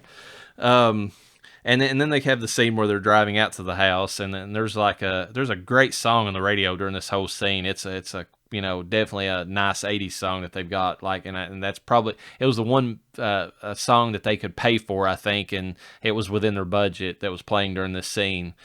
And I think it was kind of neat too. They kind of showed behind the scenes how they did this. That car, the director was literally in the back seat filming it with a handheld. It wasn't like a cutaway. There wasn't any green screen. They didn't have the budget for that. It was a real car. Yeah. They were really going down the road. They had like this huge truck that looked like a garbage truck or something like that, with these huge big panel lights on both sides of it shining down on the car to kind of make it look like the car was, the headlights or whatever were kind of reflecting off the car a little bit. Oh, okay. And so, that truck was pulling them along. That's genius. As they were like filming the scene. So they weren't actually driving, but they were actually moving because the truck was pulling them. So I thought that was kind of neat. Okay. That's kind of cool, actually. And then we get to the scene that you were referencing earlier, when they meet Mr. Ullman. This scene's great for me because the decision that Ty West had to frame it perfectly on Samantha and Meg and Megan and Tom Noonan's character, Mr. Ullman's he's out of frame. You can't even see his head whenever he opens the door. Yeah. And it really establishes that giant, posing figure that, he is in real life, actually. Then, even though it shows he's that big hulking, odd, guy, just like you said, whenever he talks, he's like really timid. Like he's really he backs back from, Samantha when he sees that she's a little flighty in the next scene, whenever he's telling her about the situation. Now it's really not a babysitting job. It's more of like an adult sitter job. And he realizes that's kind of a lie, but, hear him out and that sort of thing. And there's another little scene that Megan has right around this time that I like, where she's eating the candy. I don't know if you remember that scene. She's just chomping on it. You know what? I'm going to throw it out right now because it's literally the whole film, but this kind of really put it out there. I don't know if you got this, but I sure did. This movie was very much about sounds. They emphasized a lot of noises. And I'll give you some examples. The candy, obviously. Oh, yeah. Like the way she's chomping on it, the way she's chewing on it, the biting of the pizza, the noise that's coming from the sink. When she has those candy wrappers, she always seems to have a candy in her bag from when she's in the room with her roommate, the dorm room. She's opening it. And they really just emphasize the noise of that wrapper. And then the same thing when she's in the house and she opens it up again, opens up another one. I don't know. I got a lot of noise from this movie. Well, more than the typical movie. I think if you go back and watch it, I think the reason that happens, they did the drain in particular. They wanted, I don't know why Ty West wanted to emphasize that, but he particularly even in the behind the scenes was mentioning that drain. Like he wanted people to hear like the weird way it gurgled and all that. But I think that the reason that the movie, at least to me, was it kind of has a lack of score. Like when you're watching the movie, there's only certain scenes that are punctuated with actual music. The rest of it is basically, it's more of a realistic like ambient sound that you're hearing, as opposed to any kind of like background music. And I think that's why. And I do like that in a horror film. It definitely adds to it. It makes it feel less theatrical and more real if you can think of it that way. It's unrealistic situation maybe. I don't know. This one's more realistic than like you said, a slasher movie or something like that. But it still has that. I think that. Oh, go ahead. No, I was just going to say, if we get to a movie like The Omen, like we're going to bring up, later, it has way more of a theatrical feel just because you've got that Gregorian chant going in the background. It's got that movie feel to it, whereas this one has more of definitely. like this almost has a snuff film, like vibe to it parts. So that's. I think it adds to it because she's in this. I don't know, this small. It looks like she's in a small town. Okay, everything has got the small town vibe. It's the 80s. It's not like there's all this cinema everywhere or all this media everywhere. You don't have cell phones. Her Walkman was as big as 2 huge bricks, So I think it kind of sells it, and it's a horror film. So like, okay, of all the noises you have, she has her Walkman, She has, and she has the TV. Those are the only media noises she can technically have. Other than that, you're out in the middle of BFE. You're going to get wood noises. You're going to get serial killer noises. You're going to get weird lady upstairs noises. Old creaky house noises. And you brought up something that I didn't even think about till right now, and I'm glad you brought that up. Legitimately, the only time you get really, the only time in this movie that you get like a soundtrack, theme or some kind of music playing is that's not from like a source in the movie, like say the Walkman or the car radio, is legitimately that intro scene where she's like, you got that, the cars, moving in stereo. Yeah, that is the only time in the movie that you don't have like the actual music coming from a natural source, like that's explainable inside the film. But you're right. I was looking at this. I did have it in my notes. She does hold out for the $400. So you're right. It was $400 is what she negotiated up to, using his desperation in this scene whenever he's doing the interview.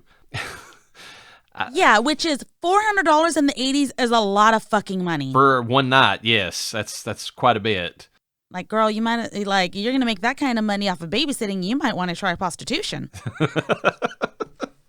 And it's at this point in the movie where, Megan's, you can tell in this scene too. I like that where Tom Noonan, he sees Megan there, and you can tell just by his physical appearance, he does a good job emoting this. He sees her as a threat, like to their plan, because he's just kind of like, of course he gets Samantha off in, another room and talks to her about, what he's planning.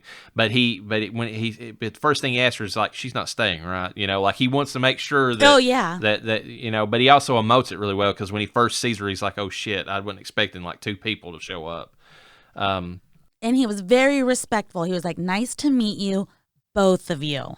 Yeah. And then when he's in there, he's like, I'm really sorry. You kept apologizing. He's like, I know this wasn't the job you signed up for, but we knew if we put it was elderly care, nobody would sign up, because, people are only willing to do babysitting jobs. He's really, he sells the timid part of it.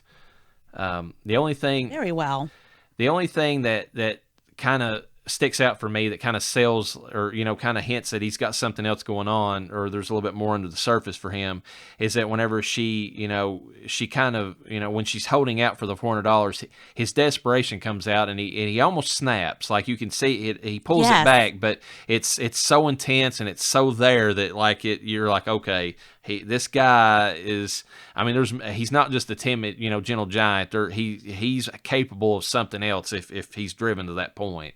The next scene in the movie, though, is the one that actually got me, and I think it's a legit good scare, just outright, and that's a scene in the cemetery when Megan leaves. I don't know what you thought about that scene, but when she's sitting there, she's pulled off the road. She's decided she's going to wait for Samantha. She doesn't trust anything that's going on, and she's fumbling around. Her cigarette lighter's not working, so she's waiting for the one in the car to kind of heat up. And then all of a sudden, this hand shoots through the window and flicks the lighter. I legit jumped, and it got me. Because it's out of nowhere. There's nobody around her whenever she parks that car. And she brings it up too. She's like, where the fuck did you come from? It didn't scare me because I don't know why I expected it.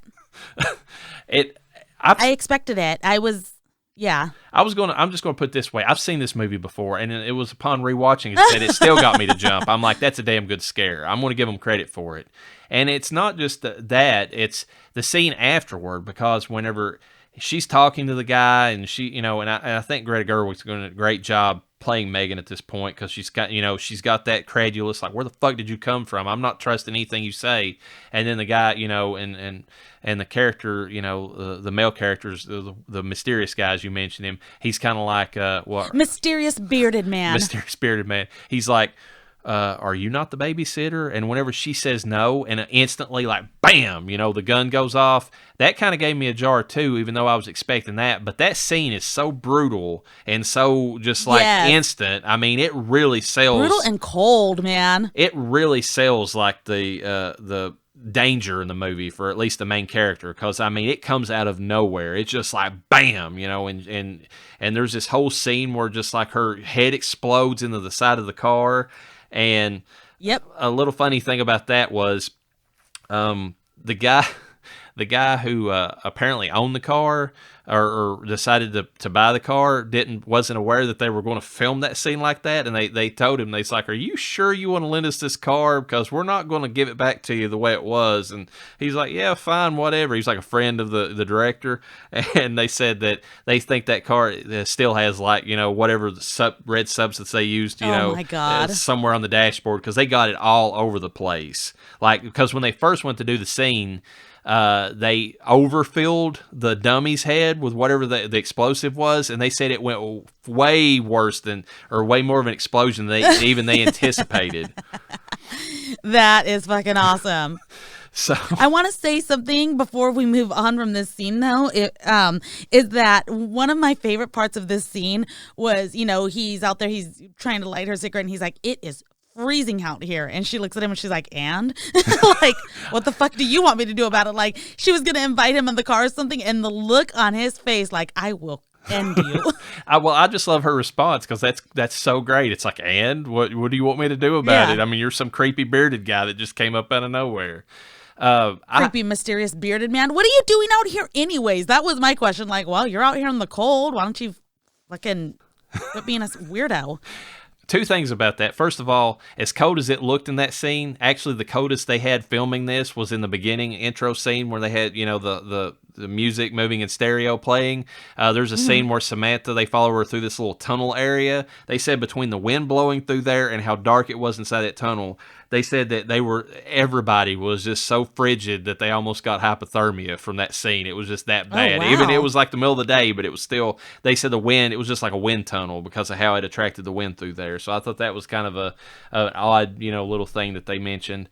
But getting back to this scene in particular, this scene pretty much sells this movie for me, because everything about this scene I love. I love how the effects they had on her character whenever basically her head exploded from the gun. How brutal it was, how quick it was. I mean, this is the part of the movie that stands out for me as like the pinnacle of the film. I mean, there's other good stuff later on, but there's a part we're going to get to in a minute that kind of ruins the movie for me a little bit. And if it wasn't for this scene right here that kind of amps things up, I don't think that I would have enjoyed the movie as much as I did.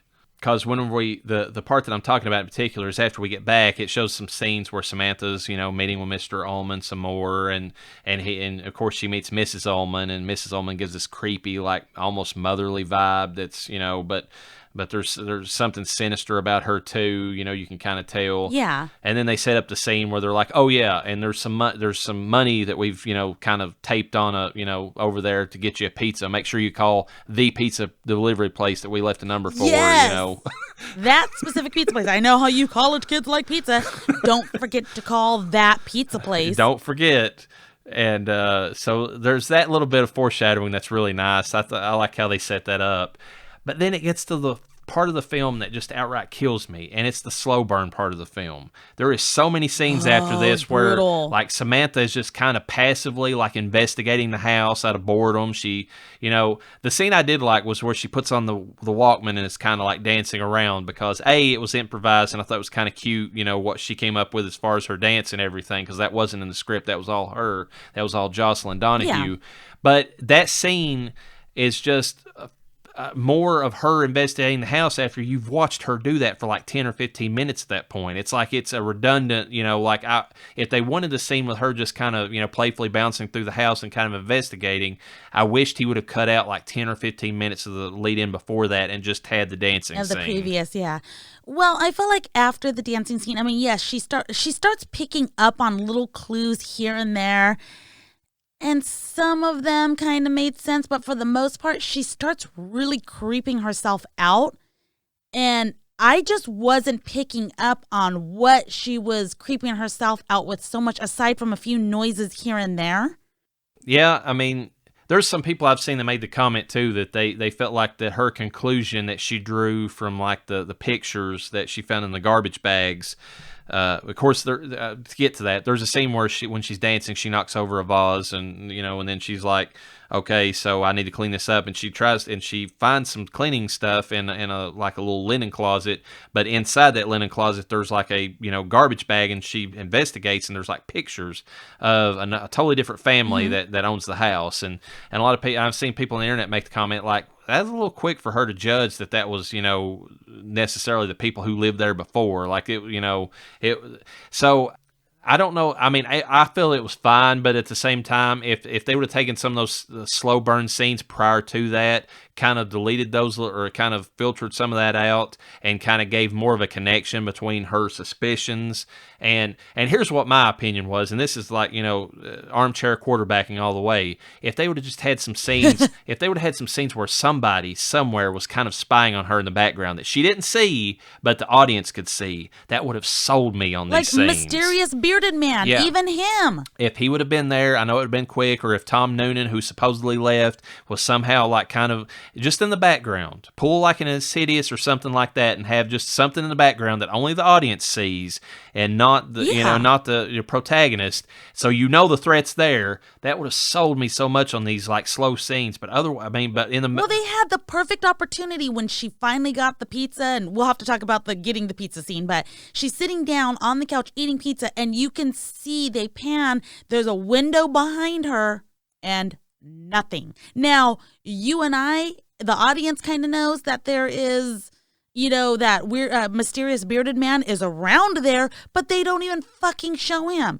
That would have been a perfect scene to have him kind of just peeping through the window. Yeah, and then they feed into all this by having the scenes where she turns on the TV for a bit, and I appreciated the scene where she's watching the TV because it gives you a little bit more about there's a potential satanic cult out there. It kind of feeds that into the background. Oh, yeah. And it talks about something we've not even mentioned. There's an eclipse going on this night that they're, doing all of this. Oh, so, yeah. I mean, total lunar eclipse. So I'm glad that they have that scene in the movie, but, but they, that was the only thing that I really got out of any of those scenes where she was kind of just, meandering around the house.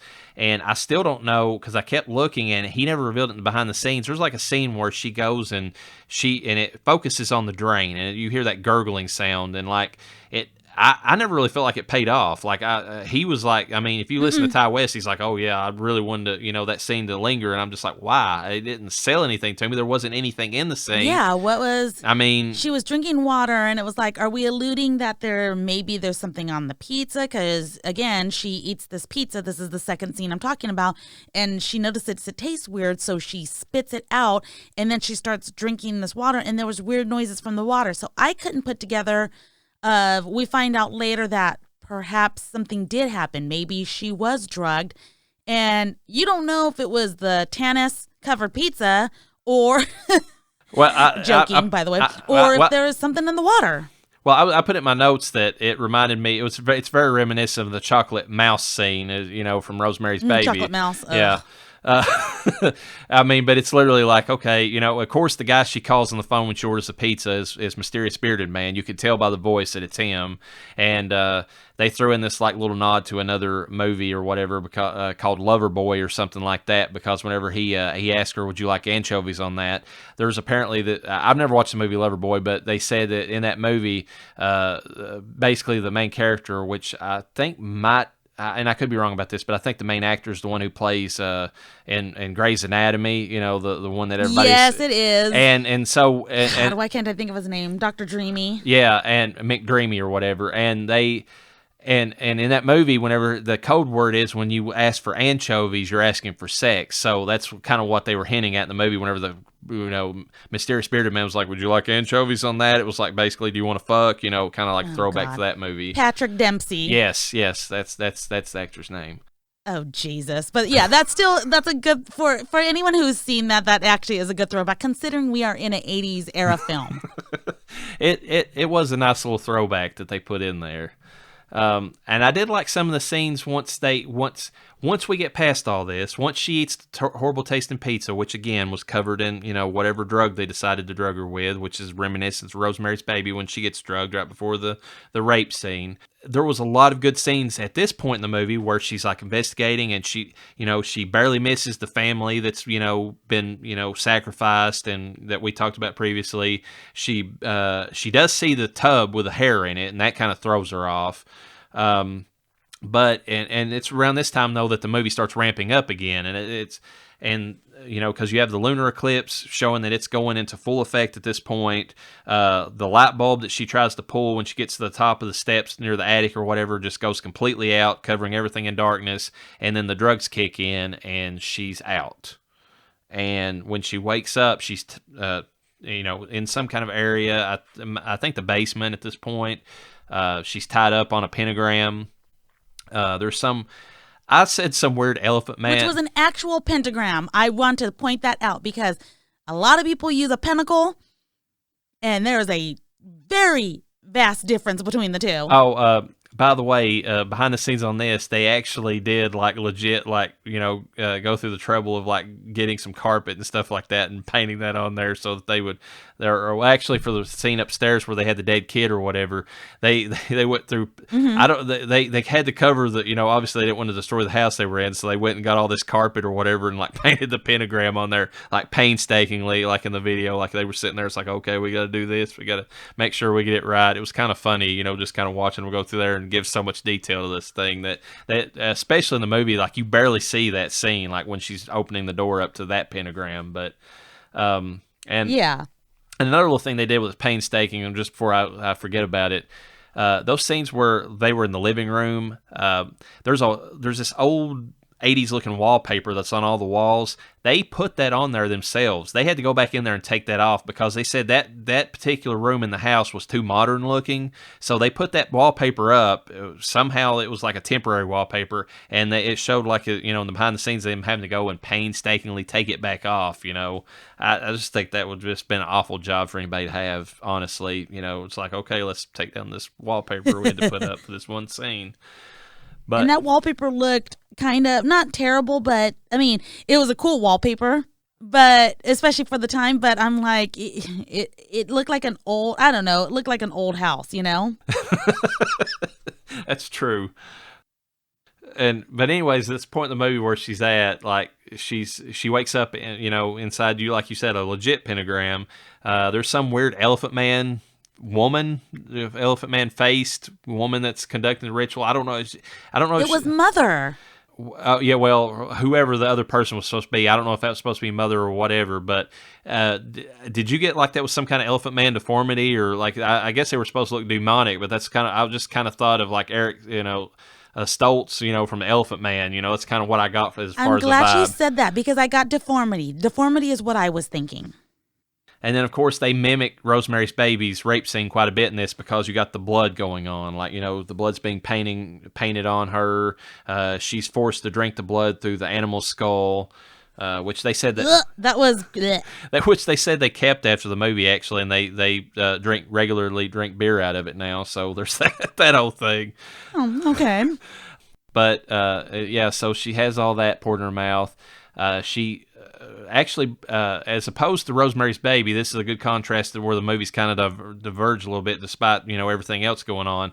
Samantha's actually not a passive protagonist like Rosemary is in her movie, but Samantha's the actual strong woman that you would expect people now to kind of put in a movie, because to this point where she breaks free from her bonds and actually claws the elephant faced lady or whatever, and then gouges the eyes out, or one of the eyes out of the son, and then excuse me, mysterious bearded man. Okay, mysterious bearded man, and pizza guy who wannabe Patrick Dempsey.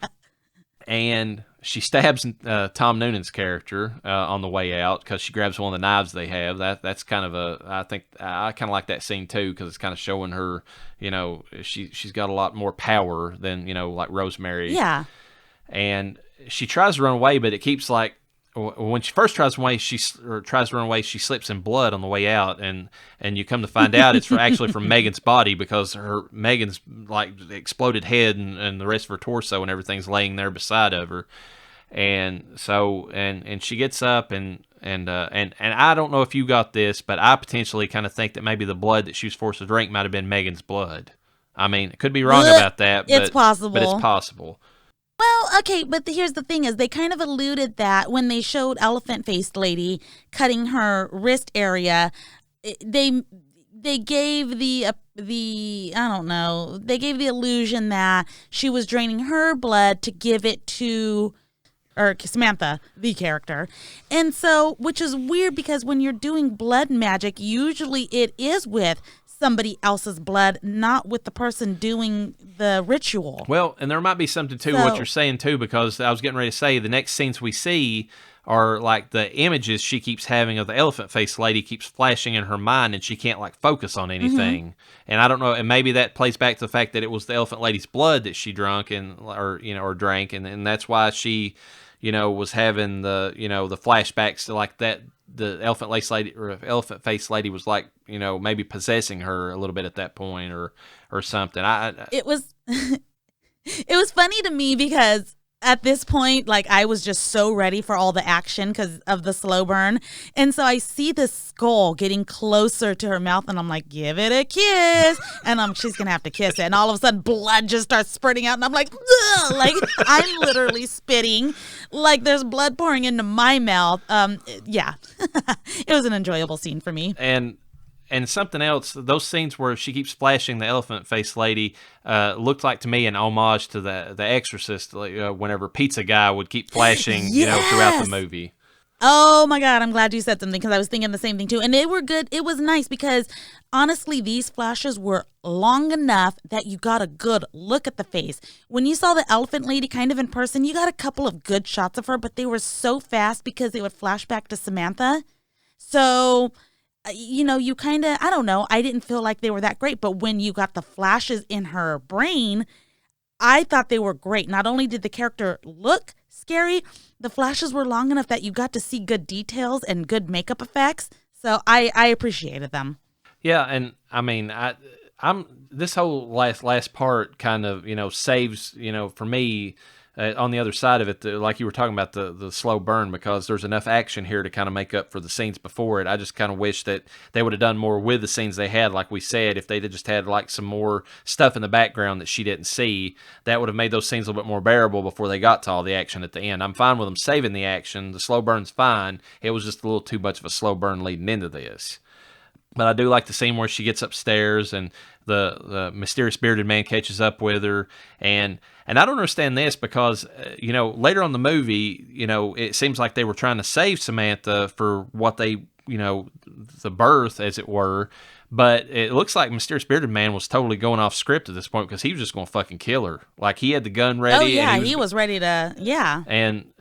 But I really like the fact that she fights back in this scene, too, and she just slices his throat. And, I mean, it's quick and it's brutal. Mm-hmm. It's just like, there's no, I mean, she doesn't even think twice about it. It's just cut his throat and let me, limp away and try to get upstairs because I'm having all these weird flashes that I can't seem to control.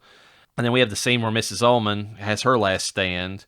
She's kind of looking up at the, lunar eclipse and kind of, talking. You can tell she's angry by the fact that her son was killed, but she's still on board with keeping Samantha alive for the greater good or whatever they've got, planned. Because she's almost seems like she's in a religious high, like some kind of like, one of those moments where, she's just, I mean, she's totally enraptured, I guess is the word. She's like staring up at the eclipse or whatever, and she removes her wig. She's asking the Lord to speak to her, and I don't know which Lord we're talking about. Okay, I'm going to go with the Dark Lord. Yeah, there's nothing about her that speaks that she's a born-again Christian. Who knows? She could have been evangelist, okay? Yeah, maybe she's, we summon the darkness. Maybe she was doing it so Johnny Knoxville's church can get some more money. It's at this point that Samantha picks up Samantha stabs her through with a knife and finally puts an end to Mrs. Ullman. And on the way out, I thought this was really great. She stabbed her like right in the sciatica. And then she had blood coming out of her mouth. That was a crazy kill. Yeah, it was probably a little too quick. I mean, the lady would have taken longer to die than that, but I'm happy that they kind of sped things along at this point. I mean, given the slow burn prior to it. And I do like the next scene where she picks up the gun, because it's good for later, whenever what they do, but at the same time it's also smart, because if you've lost your knife and that was your only weapon and you still think there's a threat out there, I don't know how many horror movies I scream at the characters like, it's like, you've got a weapon right there in front of you. Weapon. Pick it up. And she's just like, yep, I'm grabbing this gun on my way out. She tries to call 911, but the elephant lady rears her ugly head again, literally. And it seems like she's almost in physical pain at this point. And I don't want us to call it labor pain quite yet, but given what happens later, it could be. Oh, it was alluding to that. And of course, she can't complete her 911 call, so she just decides that she's going to run away.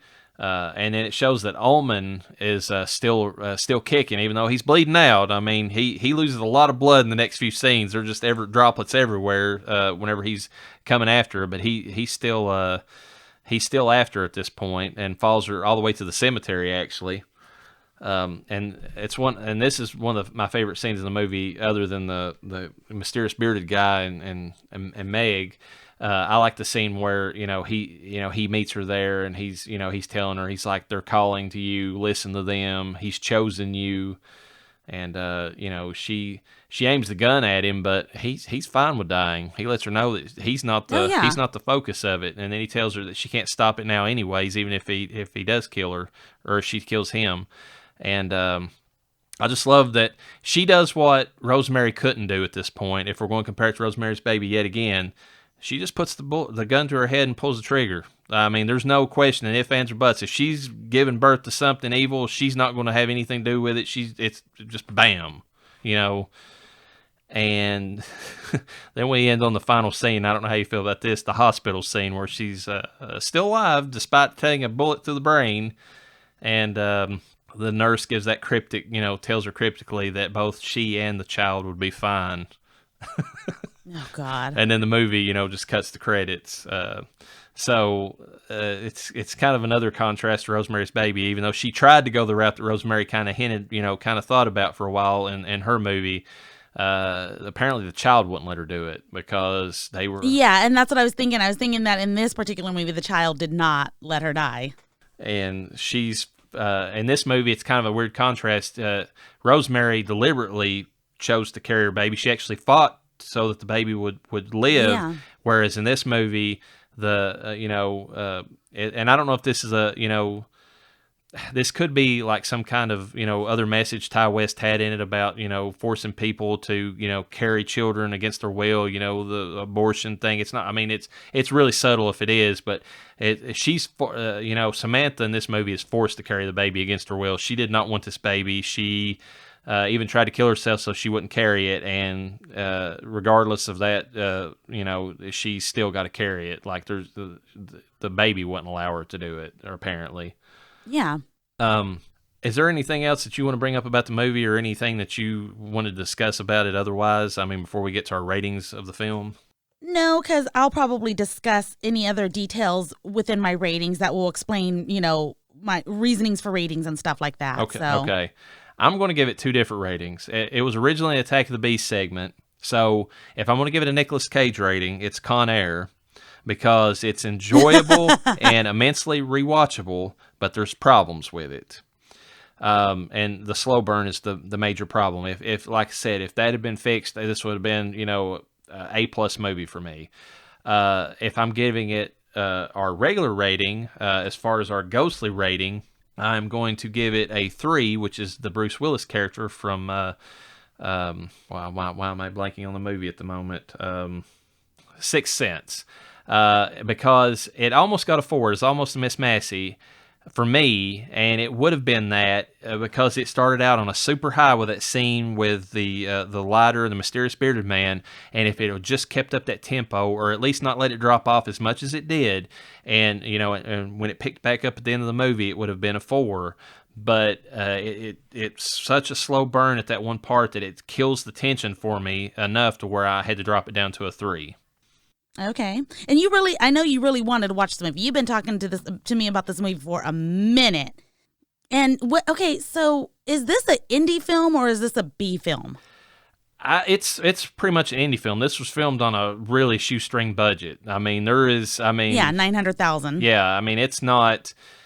I mean, Ty West would, I don't know if he ever went on to film anything you would consider, he definitely didn't go on to film anything I don't think you would consider A-list, but I mean, this was amongst some of his, more indie films. I mean, as far as budget and just what he was able to scrape together to get it to go.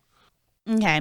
Which, I mean, makes sense. So, I was right off the bat. I even told you, I was like, I'm nervous about this movie. I don't know if I'm going to enjoy it. I had the impression that you enjoyed it pretty well, previously. And here we are watching it again and reviewing it.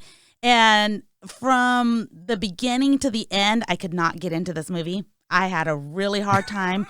I am terrible with slow burns, and I am terrible in particular with B films, although this came off more indie, but I don't like indie or B films. I'm very, very, very, very, very picky watching these.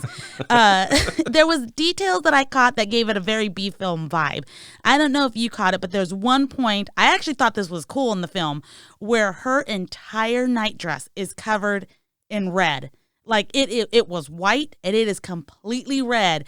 And then a scene or two later, it's only partially red. Like it only has a little bit of blood on it versus completely being drenched in it. Things like that. Yeah, there were some cool aspects. Some of the actors were actually pretty amazing in this film. I did love her friend's death scene where she got shot in the car. Yeah, I mean, like I said, that was badass. That really sells the movie for me more than any other scene in the film. Oh, it got me really excited because I'm like, fuck, it's finally happening. It's kicking off. And then from there, it didn't impress me. There was just too many things that nothing made sense. Like the noise, like she's investigating this noise. Why is she so nervous? I never really picked up what she was so scared. She barely saw one or two things that might have made her have some questions. I don't know. It never connected for me. So for me, I'm giving it a score of a 1. It gets a Casper. Oh, wow. For me. Okay. Barely a friendly ghost for me. I was actually riffing on the movie the whole time. I was actually joking. So I apologize to my husband who was watching and I think enjoying the film. I made it unenjoyable for him because I was making fun while I was watching it. Oh, and I was checking my phone a lot too.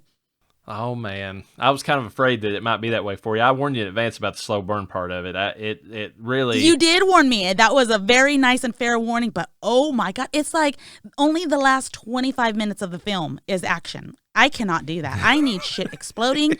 I need people worshiping the devil. I need blood. I need guts. I need to be scared, and I need to cry myself to sleep. The only thing I'm going to say in defense of it, because I mean, I totally get where you're coming from. I can't really argue against that as far as like somebody who hates slow burns, because even for me, I think it's too much of a slow burn. They should have added something in those scenes. And Ty West clearly was he didn't want to kill his darling on that, or when it comes to the editing part of that, because hearing him talk even behind the scenes, I'm just like, come on, dude, address it. And he's proud of those scenes, those slow burns, and like where she's just there in the house investigating. I'm like, dude, you should have had somebody else like look at this and kind of punch it up a little bit, but regardless of that, it could have been artistic. There could have been more details in there. They could have worked had he put some more into it, had her find some legitimate scary things to really make her have some fear in her heart. She had fear in her heart over hardly nothing. Well, I honestly think the artistic view, what he's getting at, he could have made it work. Well, there is ways that he could have picked it up and made it more to where you could recognize fear in her. But I will say this. Given the situation of how far out she was, how her friend had already warned her, how she had her, like hackles up already over the fact that Tom Noonan was like, changing the deal on her at the last minute, I can give it some leeway as far as like her fear, because, I mean, and maybe I'm projecting here, but I can only imagine it, especially at somebody who's 5'4", out in the middle of nowhere, like out in the boonies or whatever, like agreeing to this situation, even if it was her own, doing and her own greed that got her in the situation. I can't imagine being, like that small, female character, like out in the middle of nowhere with nobody else around her to kind of help her if there's like something else going on. And you already have kind of the vibe set that there's something weird about this place. I mean, I can kind of see, maybe having some of that fear going into it. Maybe not as extreme as what she had, but, at least having it in the back of her mind, like, I'm in a fucked up situation and this could go south any minute. I don't know, what's really going on here. Yeah, I mean, maybe. I see what you're saying there. I just think they could have built it up a little bit better, or he could have built it up a little bit better. Like I said, if they would have just had anything in the background that she didn't recognize necessarily, but we did, to kind of give the audience at least a little bit more to go on, because I feel like it just dragged it out so much, and there was so much redundancy. Like I said again, in the scenes where, I mean, not only is she investigating for 10 or 15 minutes, but then you have the dance scene. The dance scene by itself would have sufficed to kind of, even if you wasn't trying to build up if you'd had the dance scene and you had her kind of like, chilling out or whatever, and then she sat down and watched the TV, because I did like that scene, and then kind of had her like, okay, I'm kind of getting creeped out, there's the eclipse and there's this, and, and then had her investigate a little bit more. That might have played, I mean, if you'd done it in reverse and not had her investigate before the dance scene, I think that would have worked better as far as like, maybe leading into the final scenes. I wonder if she got that $400. Well, I mean, I think he did. Did she get to keep the apartment? I'm joking. Yeah. Well, hopefully with that baby on board, she's going to have it now. But oh, she's going to need it now. Yeah. The only other thing I'm going to say in defense of the movie is, you take a movie with that minor of a budget and just if you've not seen shitty indie films like I have, you can't appreciate how theatrical this really is. I mean, for an indie film, he really put in effort to make this thing look good. I mean, it might not look good, versus like Rosemary's Baby, but it's definitely better than, like say that Krampus film that I reviewed, a few episodes back on. I mean, there's night and day difference between those types of films. So, I mean, to me, I can see that what limited budget he had, he put the love and care into making it look like a theatrical film.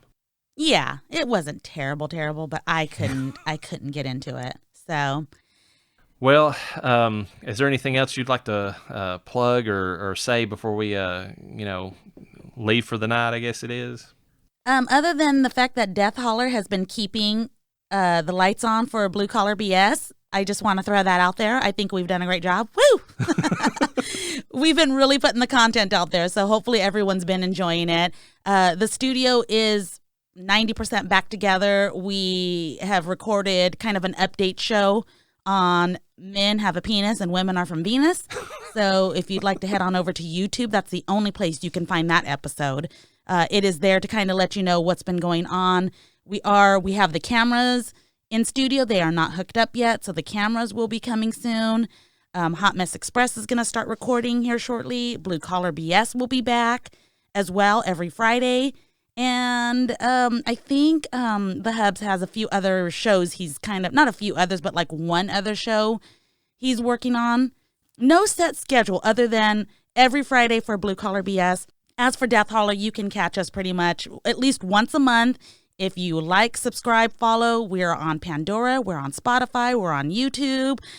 We're pretty much all the major places you can listen to a podcast. Hit the like button, subscribe to us, and you'll get a reminder every time something pops up, so that way we don't have to tell you, because we don't have a schedule. We just put something out. We're trying to do once a month. It seems like we're doing a special presentation once a month now too, which is pretty exciting. Yeah. And I like that. I dig it. So yeah, and we appreciate, any and all listeners. I mean, it's gratifying to anybody that, as much effort as we put into making these shows to have anybody enjoy them. So, put that out there. Yeah, we hope you like it as much as we enjoy recording them. And with that, peace be with you. And with your spirit. If you enjoyed this special presentation of House of the Devil, please look out for our next episode where we review The Omen. Death Holler is brought to you by Blue Collar BS. Please like, subscribe, follow, and share. We'll catch you next time. And don't forget to bring your death certificate